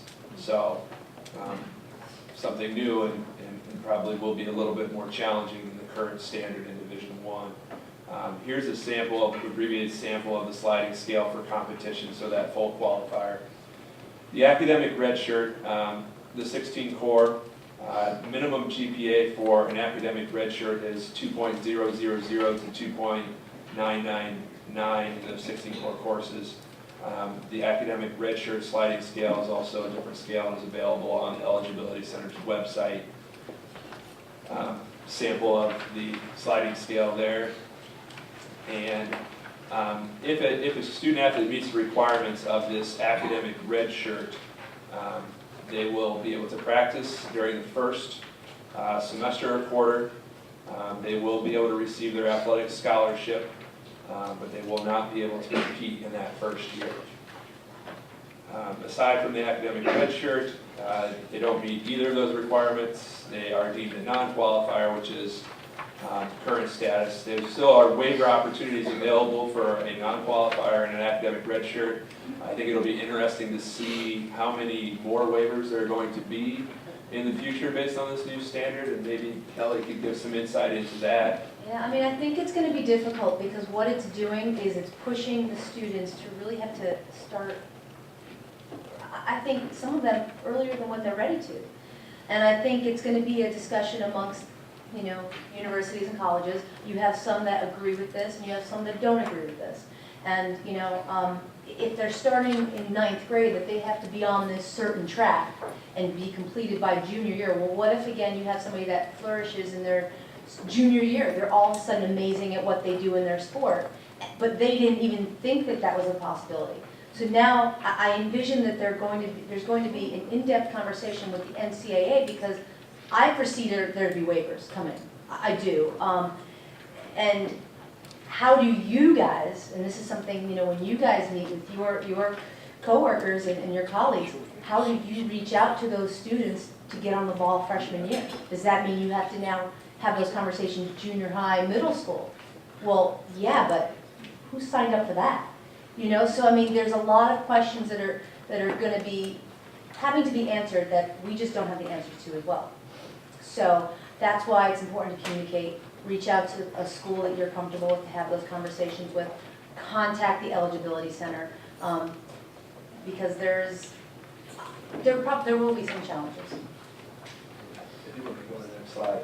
What I would suggest too, well, I guess one thing first, the NCAA is trying to do kind of a PR outreach to the high school communities and even the junior high communities with this new legislation, because we do realize that it will pretty heavily impact you know, the student athletes that want to attend Division I institutions.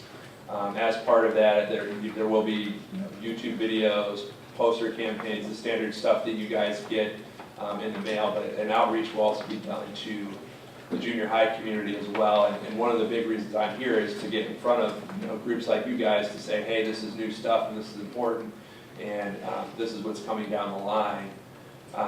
So I would recommend, if you have any specific or in-depth questions about this new information, to utilize some of this contact information up here. The Eligibility Center's website is a great resource. On our website is the College Bound Student Athlete Guide, which basically covers everything you need to know about helping to get a prospect eligible for Division I or II. I recommend contacting our customer service staff at the Eligibility Center, which is now becoming the customer service staff for the entire NCAA. There's a dedicated high school administrators line, which is up there. That's a great resource, so use that as often as you like. And we also have a public line I'd recommend for you guys to call the high school line, because the hold time is a lot shorter than the general public line typically will be. So. And our goal here, we're filming this, and we're going to make this link available to you guys. I would share it with parents, because now they have the same knowledge that you were just given, and they could at least know more than what they didn't know the day before. So we're going to make that public on our website. Shameless plug, but we also have a Facebook website page. It's Northeastern Compliance. If you look on this, the first link, you can see it in white. But what we do is, myself and Taryn Preventure, if you want to stand up, she's the Assistant Director of Compliance and Student Athlete Welfare. She does all the unofficial visits and official visits. She loves her job. But if you go on there and friend us, we give information and updates to things, and it's helpful. Same thing with our Twitter. It's an extra tool for you guys. So just utilize your resources, and we'll help as much as possible. And also, as we mentioned, Alex was here earlier, and he's back now. So during the Q&A session, if you have some financial aid related questions, we may be able to get him to come up here and speak with us a little bit further as well. So now, I think we'd like to open it up for questions, and if we can steal Taryn to come play with the wireless mic. Taryn can walk around and give you the mic if you'd like to ask a question. We do have a full hour for questions, so I hope you have lots, and I hope that we can get through everything. And then to give you a sense of how the rest of the morning and into early afternoon goes, we do have a break after this so people can grab a snack on their way out or use the restroom. Then there's a tour of campus as well as lunch where we'll have some current coaches and student athletes and other folks we're going to talk to. And if you guys need to jump out, I'm going to put a whole bunch of my cards somewhere where you guys can grab one if you can't stay and you have any questions that you want to talk about in depth. I'll put them up here. Check on this. Obviously great information. Just one quick question and maybe some perspective. I believe on the Eligibility Center, you can go after April 1st if you have a fall athlete and click the button, but that will not give you your final transcript. So it won't give you final until graduation, correct? It'll give you your amateur status final, but obviously you have to complete your courses through the end of the year, correct? Yes. So it's not going to automatically come up and say you're final until you graduate or until those courses. I believe Yes, just so you but, know. Yeah. and this is the beautiful dance with, the Eligibility Center. There'll be times when they'll be final qualifier, because they've already met what they were supposed to, so you'll see that they're a final qualifier long before maybe somebody else is. No, I'm just saying, because I guess here's at least my perspective, exactly right. I think the biggest thing I heard here was talk to the admissions people. Having gone through this, being on the council side of it, and we just went through it, we have a daughter that just went through this, and will be rowing for a D1 program in the fall. You may think you know things, but it's a very, very long, stressful process. And you see it in your kid, and you see it, and it's hard to trust people at schools, not against you people, but I find that the admissions people are the ones that really have the contacts to everyone. So you want to take information from everyone at the schools. I think the best thing is your guidance counselor. You're obviously, very well informed and can really streamline a lot of this as we all can, as much as you know. But everywhere you go, listen, the athletic director of a school, someone at some other school, or say you came to Northeastern, even if your child may not be considered, they may not want them, I'm sure any of you people would give guidance to parents. And I think that's the key. Get the parents on board. We know the parents that we see at the, the crazy parents we want to stay away from. But I think talking to the kid and the parents, because the parents are going to need to protect the kids. Because if you've ever gone to a visit with any of your kids, they love just about every school after spending 3 hours there. They come home and they want to go there. And then a week later, they visit somewhere else, they want to go there. So it really takes a while just to do that. And just to I think Matt mentioned it, I kind of chuckled to talk about a rower. My daughter's 5'3", and she's going to be rowing at Division I. Now that's not usual. Everyone else in her boat or her club is 5'10" or above and already going to the Ivies, whatever. But it's possible if you do it yourself. She was highly motivated, takes a lot of work, sent a lot of phone calls, a lot of emails, and you'll know who's interested and who's not. Some will get back and say, you're too short. The kid doesn't want to hear that, but that's the way it is, or whatever. So I think it's hard. I think it's hard, the coaches, if they want you, they're going to come after you, and that's great. But I think you need parents to kind of sort it out, talk to your kid and say, what's the best school? It's got to be the best fit. And if you don't get admissions involved, I mean, national letters of intent, I think our daughter was offered 4 or 5 of them with the early signing. That doesn't mean, she gets the first one that says, do I have to sign this? What's it about? If you haven't gone through before, you don't know, you go back. It can be very confusing, and you can end up signing something you could really regret and have to figure your way out. So it's confusing. I think anyone you can get on your side, but start with the counselors, with the athletic directors, and then anyone at any of these schools, whether it's Division I, 2, or 3. And the last thing is, I think if someone goes to play a sport at a D1 or D2 school, even if they're not, they walk on, they have to go through the eligibility center. So I think it's good advice once they hit beginning of junior year, get on that. If they have any possibility, I think they're going to do it, especially if they have a fee waiver, it doesn't cost anything. Get them on there so that they're in the process, and then maybe you can track what 4 courses it generates, just from its own experience. It's a long road. It can be good, but it's certainly a long road, so just a perspective. Thanks.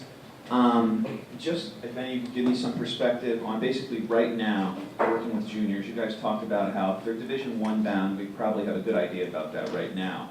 But start, I guess, subdivision 1, pre-July 1st, self-promoting, getting that cover letter out there to the coaches is really helpful. But can you talk about any trends developing right now on, if a student emails a coach, the coach can respond. Can the assistant coach or coach contact that perspective prior to the student athlete initiating contact? And are there other trends developing via Facebook and Twitter in terms of contact between prospective student athlete and coach?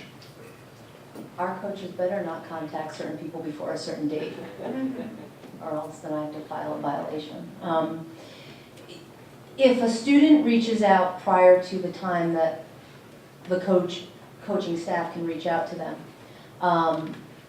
we can respond with a, hey, thank you for your interest. This is the time that I could officially contact you, but thank you for your interest. Pretty basic. But if they're interested, then they'll get a contact from the coach the minute that they're allowed to call. So I think having them reach out once, and then again a reminder, hey, I know the contact period is coming up where I can talk to you. I'd love to, and then the coach will then respond. Along with that too, on the Eligibility Center's website, in the guide to the college-bound student athlete link on there, I think page 21 to 23 actually lays out the time periods that coaches are able to contact prospective student athletes in specific sports. There's special rules for men's and women's basketball and football, and then all other sports fall into the same category, at least in Division I. Right, and so I guess more towards Division III is where my line of questioning comes from. Can coaches email perspectives prior to July 1st in 2012, 2013? I can't speak specifically about that, but you're saying yes. And their rules are completely different. If you go on the ncaa.org website, you can actually look at each division's manual. And actually, the Division III recruiting rules are in this college-bound student athlete guide as well. And I think it's September 1 of their junior year in high school they start sending recruiting materials.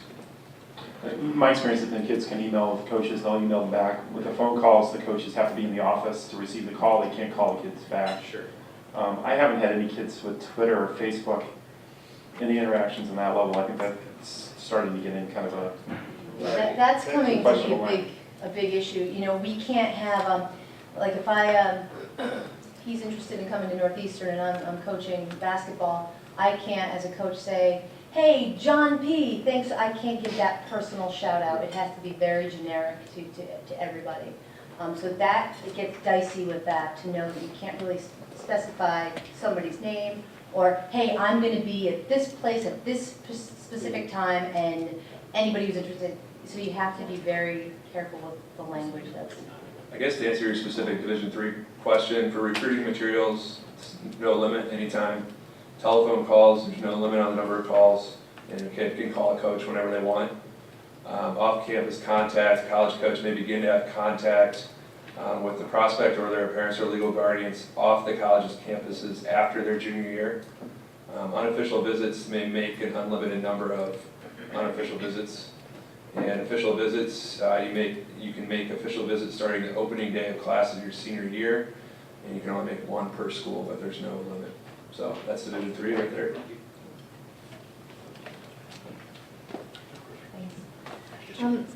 Matt touched on this a little bit, but my question really, or my question for you guys to kind of discuss, is about the club coaches, because what we're finding is that more and more parents are putting all their faith in the club coaches and not looking to us for advice, or taking our advice kind of secondary to what the club coaches are saying they can guarantee for placement and that type of thing. And so that's making our role a little bit trickier, particularly, you know, when there's a big soccer tournament on June 2nd and we're advising subject tests on June 2nd and they're leaning towards the coach. And just how, I'm really curious about how realistic the club coaches' information is and how much their contact with the college coaches is really influencing or getting back to admissions, because as far as I've experienced, they're not necessarily as up to date on the academic piece. And so then you end up with kids who are in a little more tenuous situation than you would. Yeah, I had 3 sophomore parents call me up. Their club lacrosse coach wants their daughter to take the SATs in the spring of sophomore year.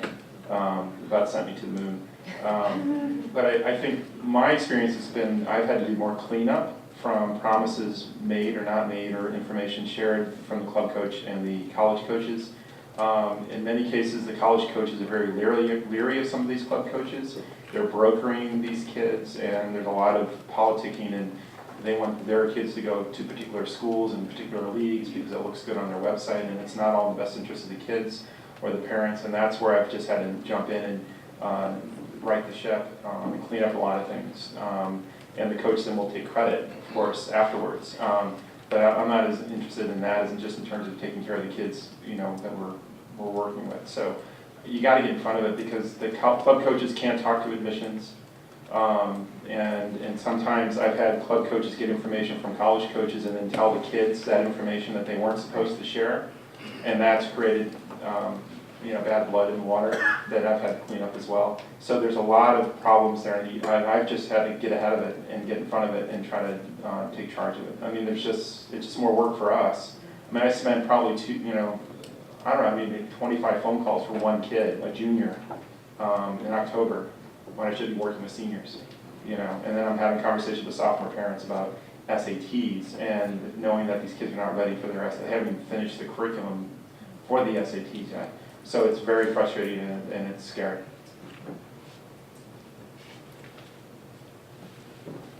AAU coaches and teams specifically that provide sneakers, travel bags, uniforms, does that have to be reported on the amateurism form? And does that affect their amateurism? Kids have to pay that back? The first part is yes, they have to report it, they should report it. The second part, it depends how they got it. Depends if there's some sort of agreement with an apparel company. If they're receiving expenses or gear from the team, that's not necessarily an issue. But if they're receiving it from like Nike or somebody, that is. Thank you. Just a question, maybe pointed towards Kelly, but anybody on the days there. I always thought that Division III was less of a time commitment than Division II. I'm not a big student athlete guru, so I really don't know. I got the piece about the Division I being like a full-time job. Sure. Very serious, you gotta take it seriously. Division II, less so. I thought Division III was even less than that. Help me out here. You know, I think, and probably Tom could attest to this as well. For example, in Massachusetts, there's so many Division III schools. You have some that are at the top echelon. They're constantly going to postseason and doing, you know, pretty nationally known. And then you have some others that you're like, what's that name again? So I think it depends on the institution. The idea behind Division III is student first, student athlete, welfare of the student, giving them a whole experience. They're not getting paid to go to school. They're going because, hey, they genuinely like this school, you know, and they want to get a more well-rounded experience. That being said, it all depends on how the athletic department is run. It all depends on what type of coach is being, you know, running that program. So again, even though, yes, the time commitment is less than that of a Division I athlete, those are questions that you should ask of what's your style? What kind of time commitment should I expect from, you know, from this school? Taryn is a great person to maybe talk to afterwards. She is an assistant coach at Wellesley for soccer, and I would imagine that, you know, program might be different than another school. So it varies, but it is less. It's just, it depends. Yeah, especially for Division II. I'm actually from Minnesota, and I know a lot of those schools out there, and then I actually interned in Missouri too. And both of those conferences, along with the NE10, that's where Merrimack's housed, those three conferences, there was MIAA in Missouri, and then the NSIC in Minnesota, all three are so competitive for everything that they kind of run themselves like Division I.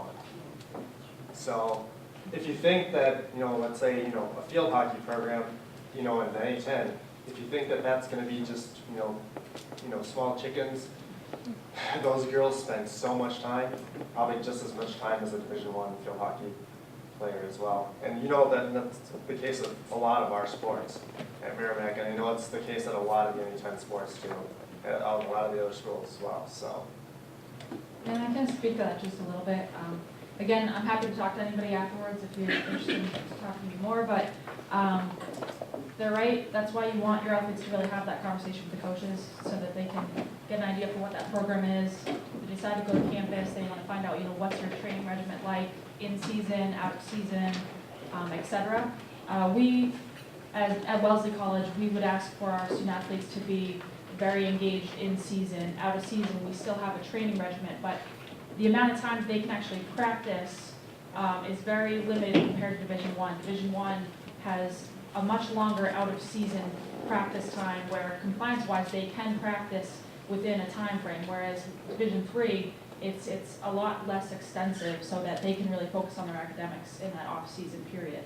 In season, for example, there are times where if we have athletes that have labs or if they have classes, then we know they might be running from a lab or they may have to actually go and get to a class that day and miss practice. So it's again, very dependent upon the program, but it's more balanced than it would be with Division I.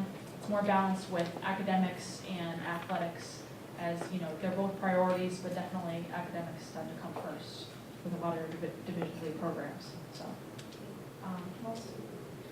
I just wanted to revisit the waivers, especially in light of the new Division I qualifying standards and the expectation that there will be more waivers or more students in the waiver process.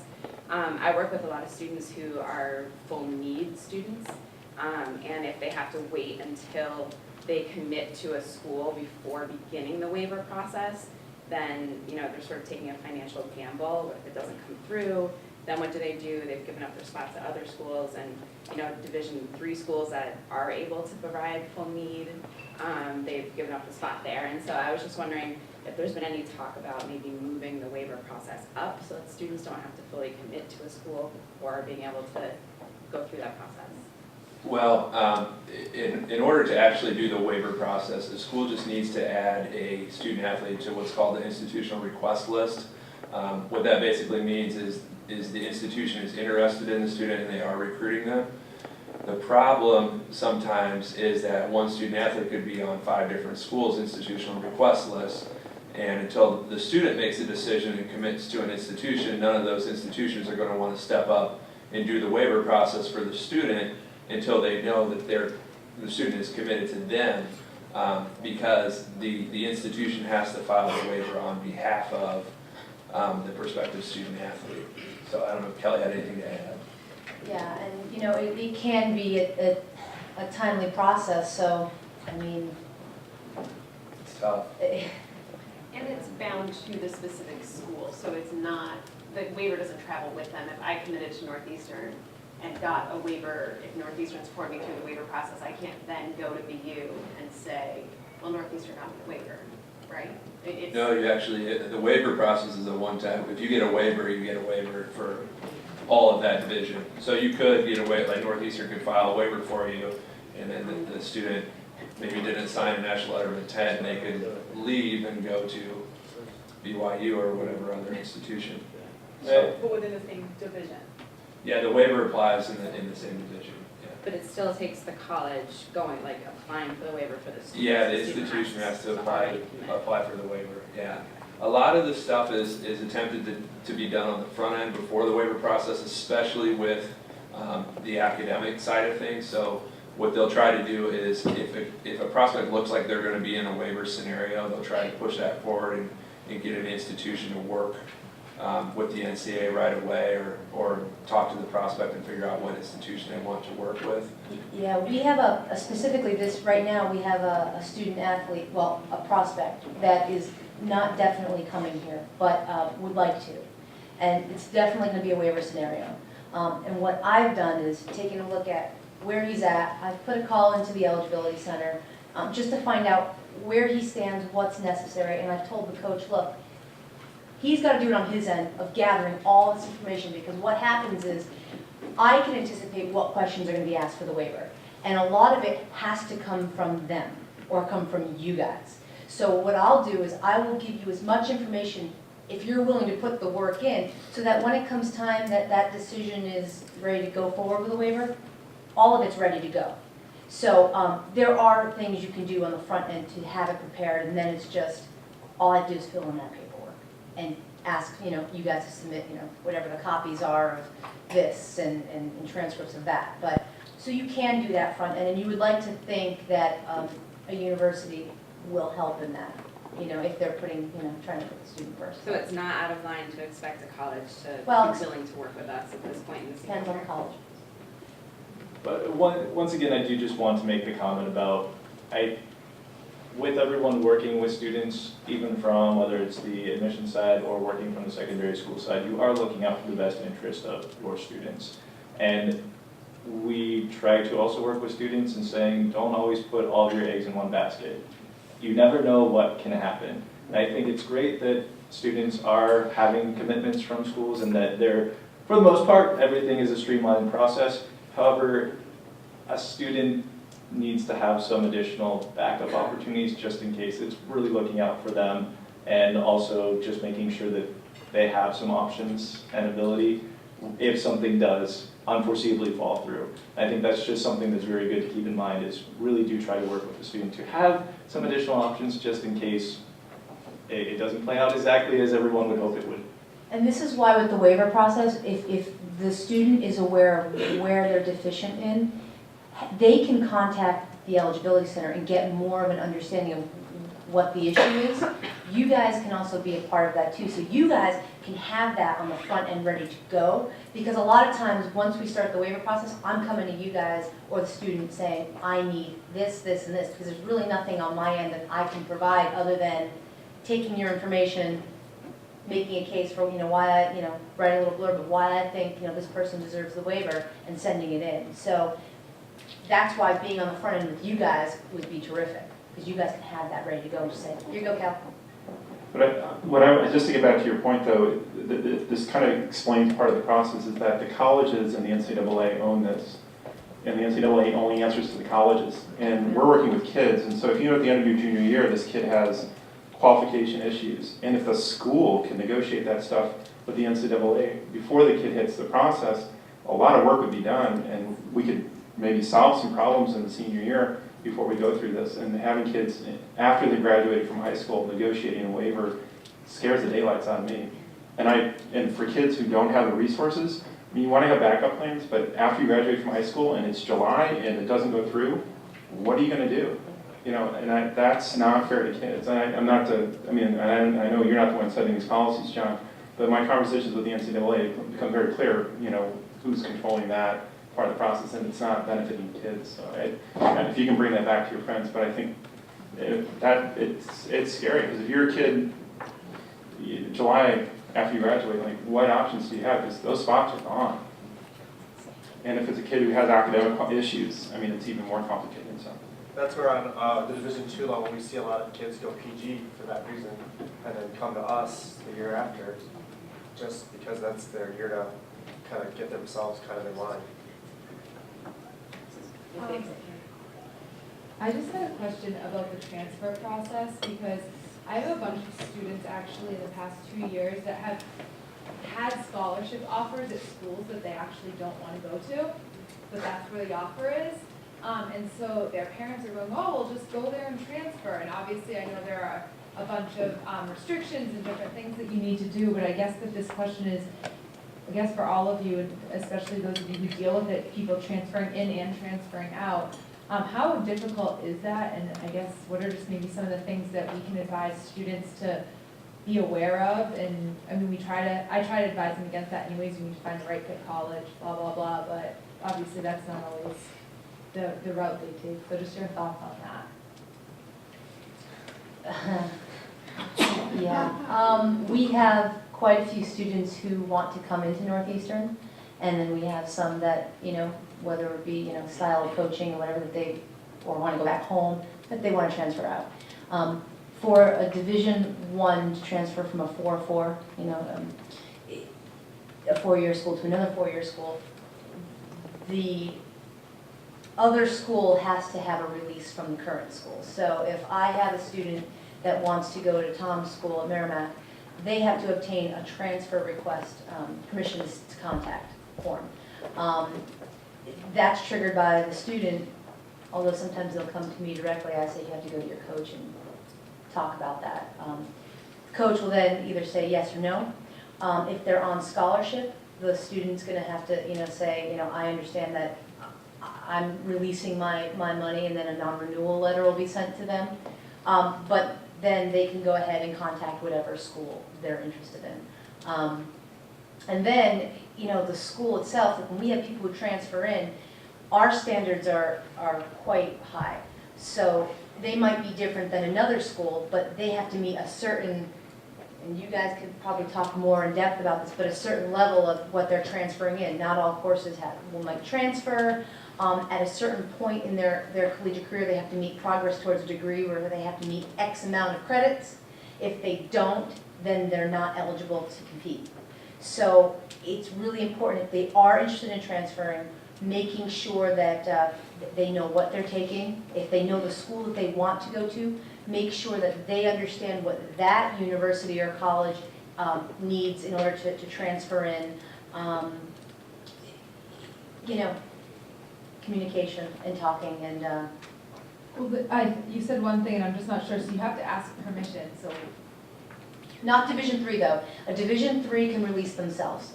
You know, they could say, hey, I'm going somewhere else, but permission to get the release. Is there an instance where there's a no? Yeah. Okay. I guess I'll speak for us. Like, it's pretty similar. Going from 1 to 2 is pretty easy. You know, we still have, there's 4 main big guidelines that they have to meet, and then it's called the one-time transfer exception. And there are certain sports that at the Division I level you can't transfer and be immediately eligible the year after. You just don't do it. But yeah, we work with that a lot, you know, and I don't know, I can't remember if I've sent stuff to you guys. And yeah, I think Kelly and I've sent stuff to each other, you know, about certain sports. But let's say you have a women's lacrosse player who's at her institution and she would like to go to, my institution wants to go to Kelly's. Well, she has to ask permission to speak to Kelly's institution, or if she's got like 5 other ones, and there'll be a list, and our AD, or myself or the coach, will say, okay, yes or no. And there's certain instances where we've told kids no. And I know that there's certain conferences who have interconference transfer rules where they will not release, like Kelly might not ever release a kid to BU ever because they're in this, you guys in Hockey East. Yep. Or if they're in the same, BU and UNH in the American East Conference might not ever let them do that. So they have to be really, be careful about that. And just because you ask for a release from your coach, let's say you want to go speak to somebody, doesn't mean that your scholarship is automatically taken away. Once you transfer, it is, but the coach can't take the scholarship away during that year where you ask for the release. Right. I would say from an eligibility center perspective too, if you have a Division III that wants to go to Division I or II, or an NAIA or a junior college, they need to then be certified through the eligibility center. Now, if they're a transfer, they no longer require an academic certification. So that process is now gone, but they will require an amateurism certification in order to complete the eligibility process. The academic certification is done on campus to the institution that they're transferring to. So. And I can speak, very rarely will a coach say no. That's first and foremost. And then I believe they can have an appeal if they want to say, it's not like no, too bad. But very rarely does that ever really happen. Why would they say no? Just like they just don't want them to transfer, or is there something? Yeah, interconference is the main thing, or if you have that other school on your schedule the next year, they don't want to necessarily play against their star player who's leaving, who they put a ton of time into recruiting, in the first place. So and when I was at Missouri, in that conference will never ever let any scholarship, any kid on any sports team ever transfer within and let them play the next year. But it's just that next year, correct? They can't control it, nothing for 4 years. I think depending on the conference too, like some conferences have more stringent rules on transferring within conference. I think the Colonial actually has a 2-year, I think a 2-year period where the student would have to sit out if they wanted to transfer interconference. So it's. And ultimately, does it come down to the athletic director or the coach? Because I had experience this year with a D1 track athlete who the coach was on her side, being her friend, and then it came down to the AD to say no. So is that just college to college, or is there? Sorry, I guess I'm not talking into. Yeah, I mean, I've never had it rise to that level. So I guess. It would depend on that school. If there's an instance, it could get messy, but. I have a question about eligibility for high school students who have repeated a year of high school or who are pursuing a PG year.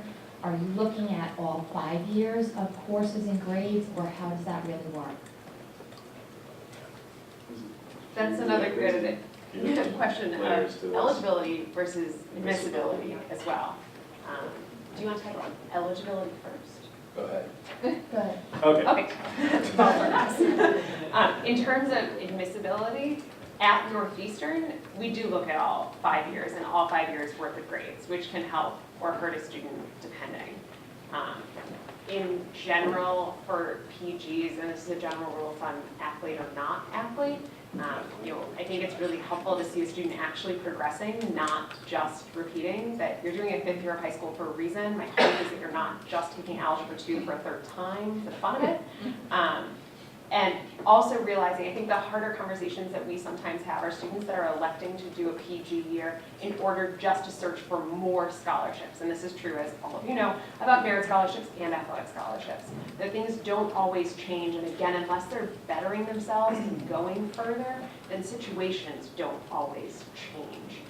But in terms of grades, GPAs, et cetera, we're looking at all of that, which can be different from what the NCAA is looking at, which is hard. Once again, it's varying by institution to institution. We had a situation where there's a student that most likely will be taking a PG year next year, and we've advised the coaching staff they need to reapply for Northeastern. We can't look at that additional year that they're now taking and guarantee any sort of conditional acceptance, just because for our purposes, really this is doing some additional academic coursework, and we want to see how they're doing. And now obviously there's ways that we can take a lot of the data and information that they submitted to us before and just have updated information regarding that PG or PG year. However, they are still going to be reevaluated in a new context in a new applicant pool. Once again, that's Northeastern. It does vary from institution to institution, but that's once again having that dialogue and conversation where if a student is looking at doing that, they need to understand the different schools that they're looking at and what different policies are in place. And then, from the NCAA perspective, I had to look some of this up in my book here, but for Division I, the student has to graduate on time, so in the 8-semester track, and then they may use up to 3 additional approved core courses taken before they enroll full-time collegiately. And then in Division II, they can use any approved core courses taken before initial full-time collegiate enrollment, so no limit. Could I just actually add one thing about for kids who are repeating, like sophomore, this is a lot of the private schools, kids come in, they repeat their sophomore, junior year, more for academic reasons, not to beat the NCAA clock, but you have to do those 4 years of English is really the rub within those 8 semesters.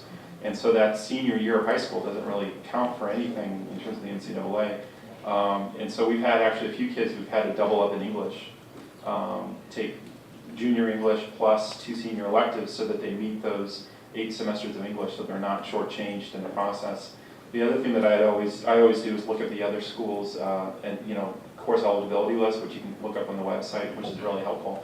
Because sometimes you find the kids are coming in and the credits don't line up, and you might have other issues. But it's really, English is usually the rub that we run up against. And you got to be careful, because once the kid hits that senior year, there's not much you can really do. I guess kind of following up on that question, we might have students who might come into our community as a 10th grader, having gone to a day school that finishes at 9th grade, and that 9th grade not being registered for the eligibility center, so 9th grade maybe not counting, I guess that's a question. So again, having to fit all those core courses in the remaining 3 years, if the 9th grade was taken at a school that was not, quote, a high school that which they would graduate from.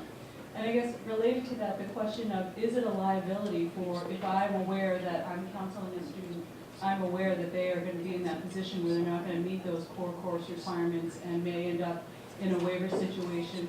Should I be advising a student when they go off to meet with coaches that they should bring this up with coaches, that they should meet with compliance officers?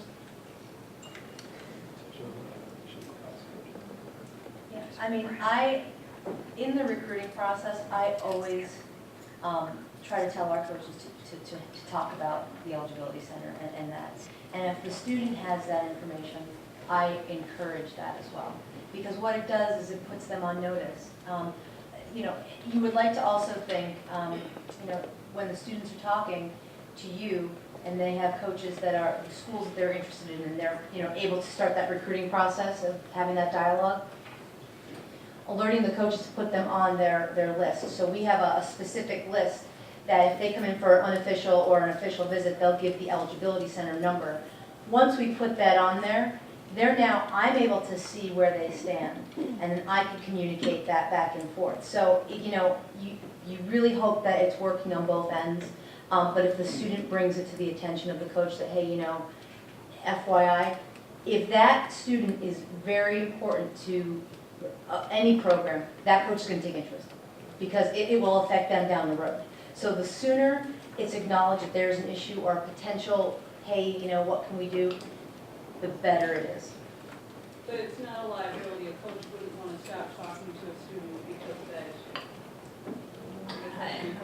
issue. I would be cautious, because if your kid isn't the top recruit, if your kid's one of 7 linemen, then he's looking at, the coach might just decide, well, that other kid's not going to have that complication.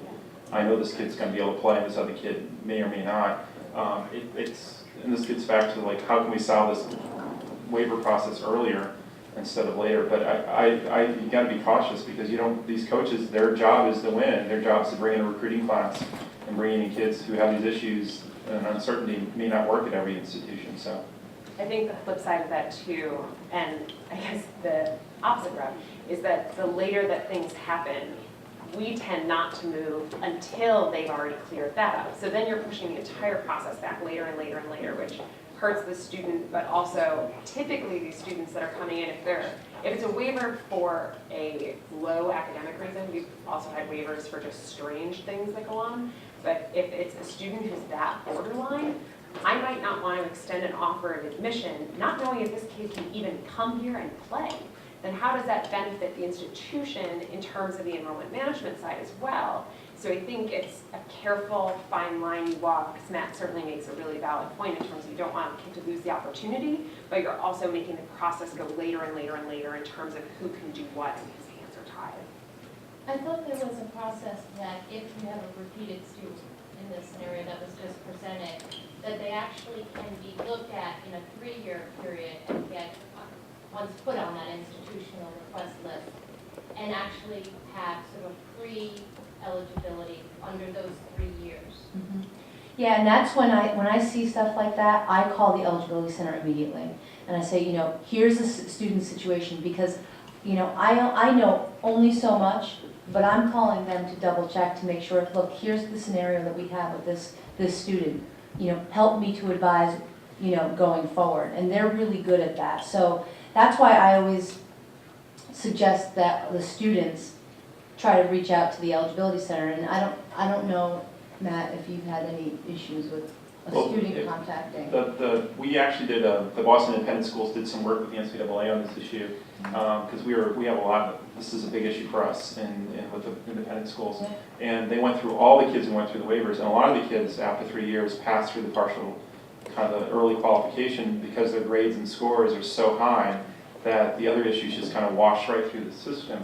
Of course, I couldn't get that in writing, in the sense that this is not going to be a problem, but the only kids who didn't wash through the system were kids who had left the ISL schools and had other academic issues. So the high SATs and grades in a good program can kind of wash you through. But I'm always paranoid about that one semester or year of English catching a kid up and having that pop out. And it hasn't happened, but we battled with the NCAA for about 2 years about when this thing came through, and we felt like we came to some resolution, but it's always that one kid, the one exception that kind of haunts you. To your point, Matt, it does, for coaches in the New England area that do a lot of work with independent schools, they understand it's going to go through. But in situations that we've had where a kid is going beyond a New England school, perhaps going to a larger university in the Midwest that has no understanding of this common problem that our students in the independent schools have, there is a concern which gets back to the coaches, which makes the coaches hesitant to recruit this kid because they need to file a waiver that, even though we know the waiver is going to go through, these big programs understandably say, wait, waiver, we're not going to go there, we can find somebody else. So while it's working, it definitely causes some coaches concerns, understandably. I think from my perspective of being in this role for the past 4 years, I've seen better communication coming from the Eligibility Center, because there are a lot of challenges that come up. I mean, we worked on a waiver, Taryn, I think, was ready to jump in the middle of the road about a student trying to get eligible and just did everything that they could. They were guided. They took the leadership of their school and their counselors and thought he was doing the right thing. And, come to find out it wasn't enough. So there's got to be a better way for the Eligibility Center to communicate to us as well, and to really work on these situations to get that information out. There's waivers out there. Maybe say, hey, look, this is a generic waiver that has been put out. So I think having John here to take these questions and your concerns back home is vital, because there's got to be some better ways to help you guys and to help ultimately student athletes. And sorry, to piggyback on what Kelly was saying too, for the Eligibility Center it's tough because the NCAA in general is a is a membership-driven organization, and our membership is our institutions. So ultimately, that's where our legislative process is, and who we answer to is the institution. But at the same time, we're there for a lot of different stakeholder groups, prospective student athletes, the high school communities, and the Eligibility Center in particular has a lot of stakeholder groups. So we're constantly trying to get better at what we're doing and trying to reach out, find out what are the issues the high school community is facing, what are the issues that prospective student athletes are facing, whether it be with the website or just the actual process of getting registered. For the most part, I would say 98% of kids that go through the Eligibility Center are pretty standard. You send your test scores, your transcripts, you get your certification by the computer system, and that's it. But for those 1 to 2%, it's the headaches for you all, and it's the additional work for us, and it's additional work for Kelly. So it's those instances where we want to try to get better. So any feedback, any comments, any concerns, I'm happy to take back. I will say out of all my 4 years, I've had only one waiver, the recent one that we just did, that was unfavorable. So, I mean, through blood, sweat, and tears, you know, they do work with you and find a way, but the key is getting out front as much as possible. I'm sorry. My question is also for John. In terms of the NCAA eligibility clearinghouse on grade point averages, and I'm sorry I came in this morning right after you guys went over that slide, but we use numeric grading, and I see you don't use like B+, B-, right? So do you use 90 to 100 for an A, 80 to 89 as a B, you know, the 3 points, or can you clarify that, and also how you do weighting, how you look at weighting? What's that for the school? Yeah. Yeah, for us, it's really up to the school. And if you have an AP weighted system or a honors, it has to be on your institution's information in order for the Eligibility Center to accept it. So I can't give your student a 5 for an A. I have to give them a 4 if I don't see that scale on there. So I don't know if that... To answer your question, from the NCAA's perspective, we don't use the plus or minus system. It's B minus, B plus is all a 3 on the weighting system. Can you clarify though, in numeric grading, how you look at is an 80 to an 89 essentially a B and 3 points? That depends on the school. Whatever the school deems it. Okay, I have a question, actually 2 questions. My first one is, with the non-traditional courses, what type of accreditation is needed? Is that listed on the website somewhere? Do the courses have to be accredited? And what type of accreditation do they need? The non-traditional courses, online courses? For those are usually unique scenarios, so I would direct you to the website, and I would direct you to the high school administrator line at the Eligibility Center for questions on those. Okay, then my second question is a little bit more in-depth. Can you just talk a little bit about the NCAA and their relationship with camps? Specifically, if a student, one particular instance, if I had a student who wanted to play a sport that we didn't offer, so decided just to do a camp, and then the coaches at that school were so impressed with him that they said that he should transfer to a school that offers the sport, and they've been following him, and now he has an offer to commit to the school as a junior.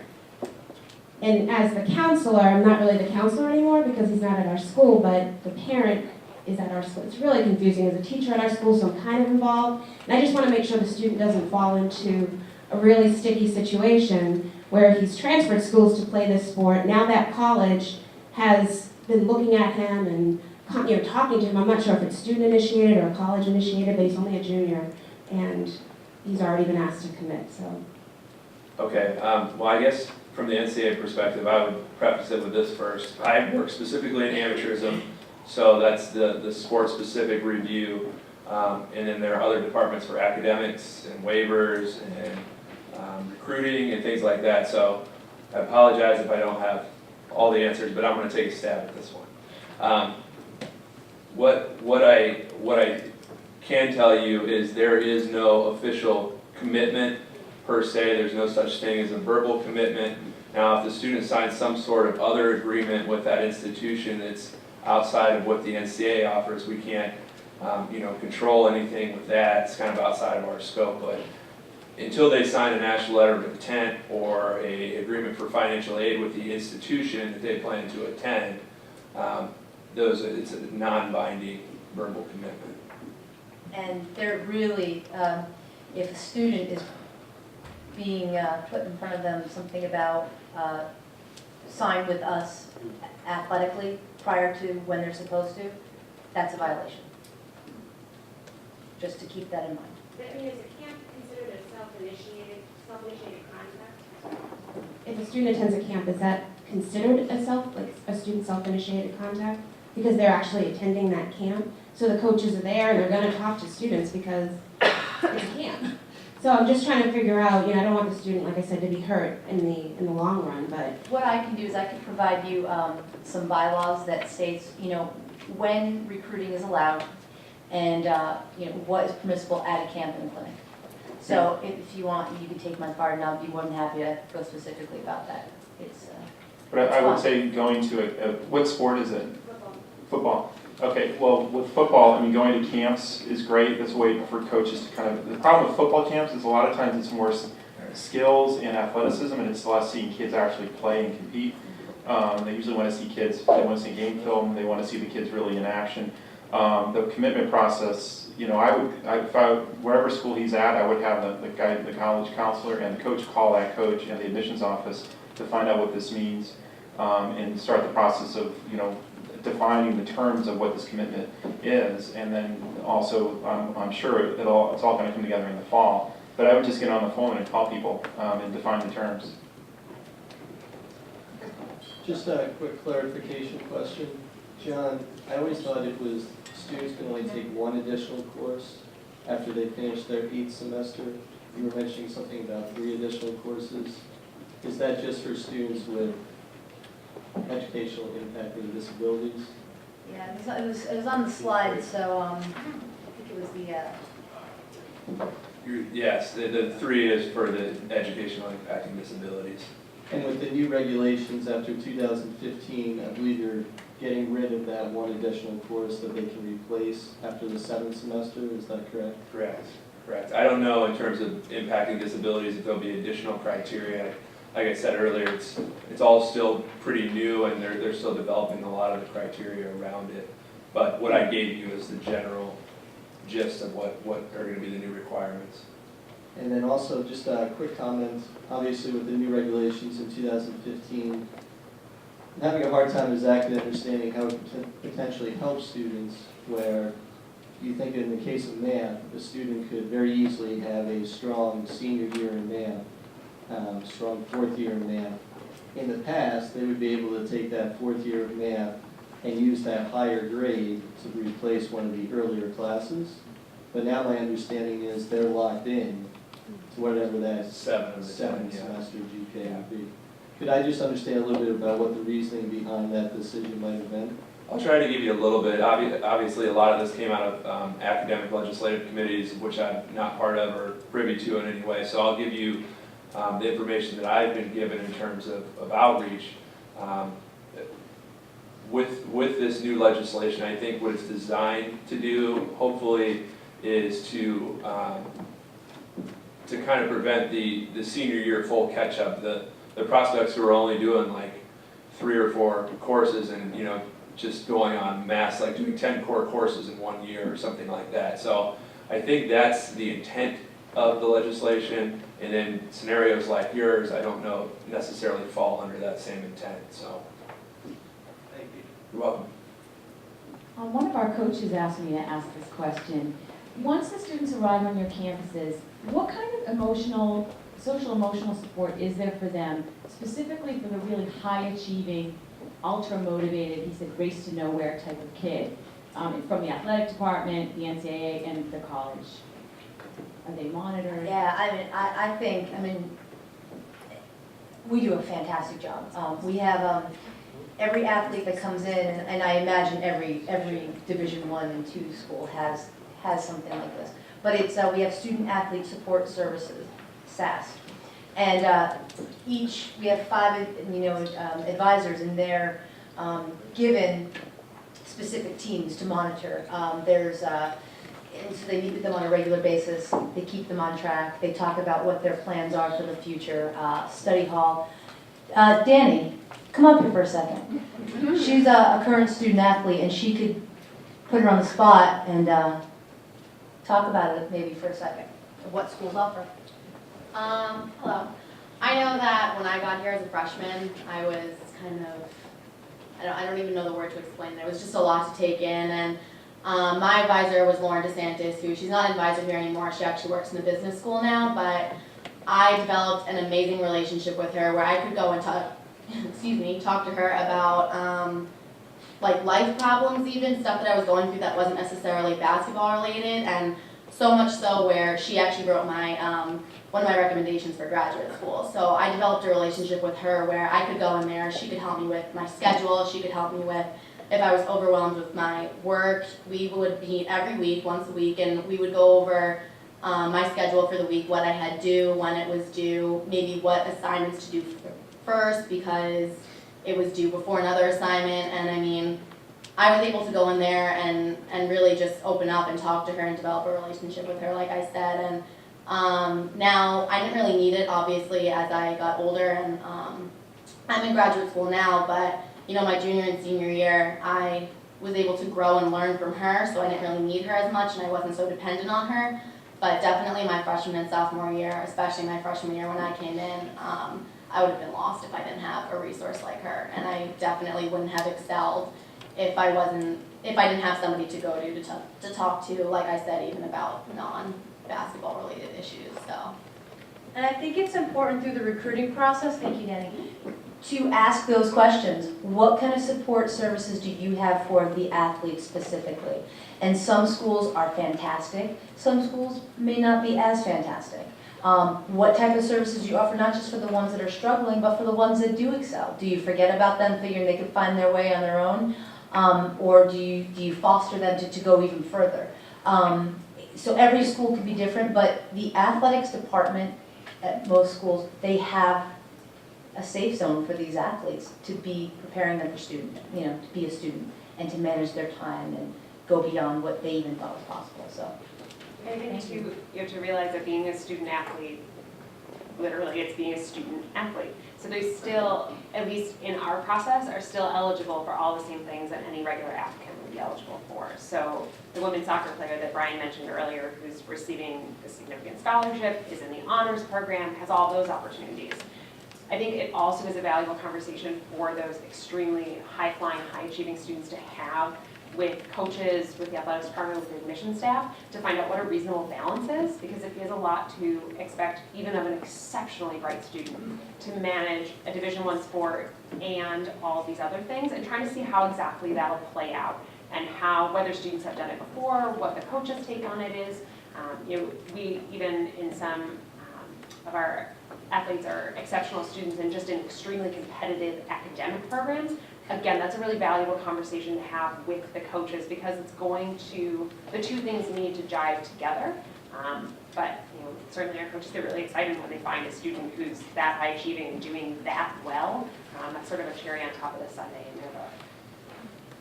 And I think at the Division II level, you'll find that that's definitely less common to have an academic advisor in the athletics department house specifically for athletes. We're lucky at our school that we do. And I think we might actually be the only one in the NA10 that does.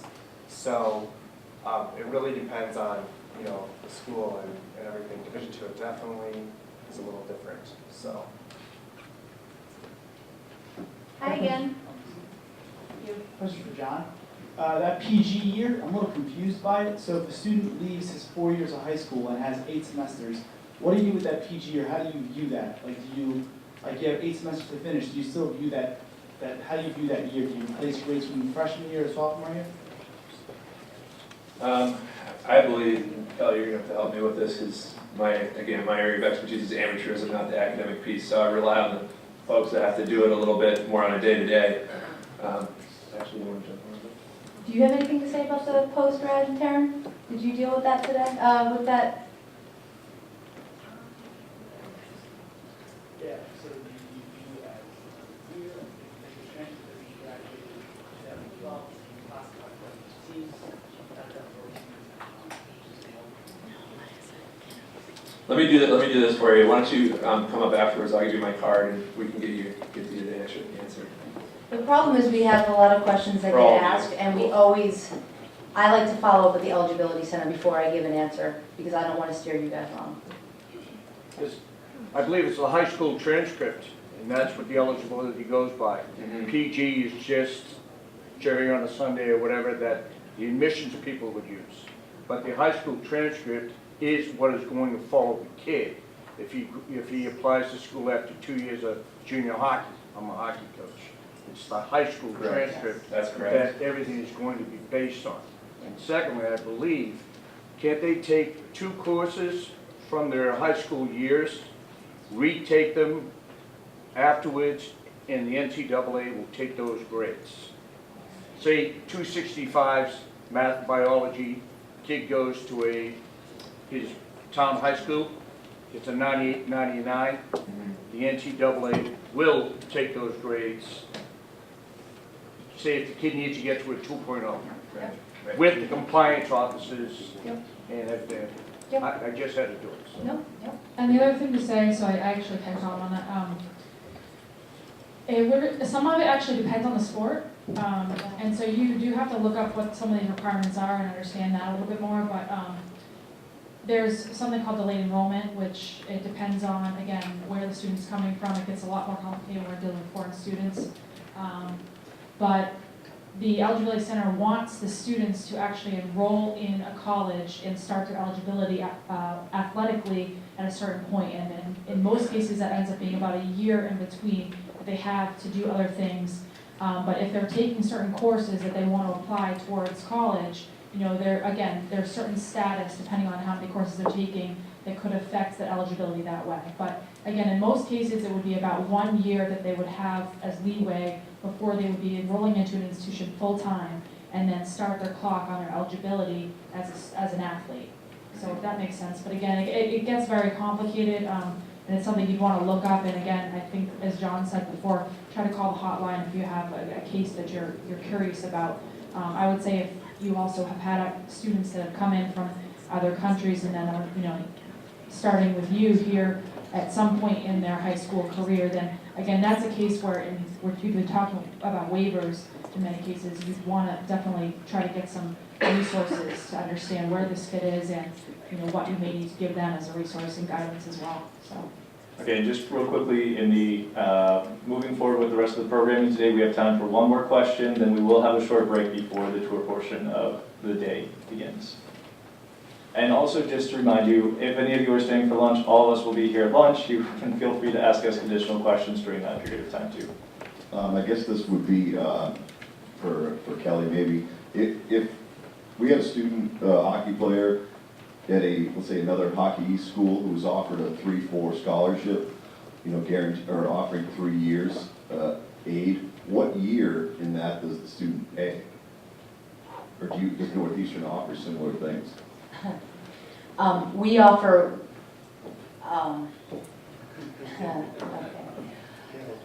depends on the school. Depends on the school. Is this common, this type of 2-4, 3-4? We have, like for example, our baseball team, they'll sit down, obviously have a conversation with the athlete beforehand and say, okay, because they have this budget to work with, kind of like how we have our paycheck and we have to decide, okay, well this week I'll pay this much for food and this much for electric and all that. So they have like this budget they have to look at. So they could say, all right, you know what, here's what I'm looking at. For 4 years, we're going to give you up front, 75%. The second year, you might drop down to 50. And then total, this is what, you can anticipate. Now, it's year by year, or you could, now with the new rule, you can go out, and promise it for 4 years. But generally, we'll give what that's being said. So it can go like that. But generally, how we do it is, if you get 75% of your scholarship, you're guaranteed that, that amount usually every year. I don't know. Hockey's a very, I think that they need to look more into the rules, the NCAA with hockey. and how that sport really works, because there's a lot of behind the scenes kind of things that you have to be careful of. So I'm very cautious with what I say about that.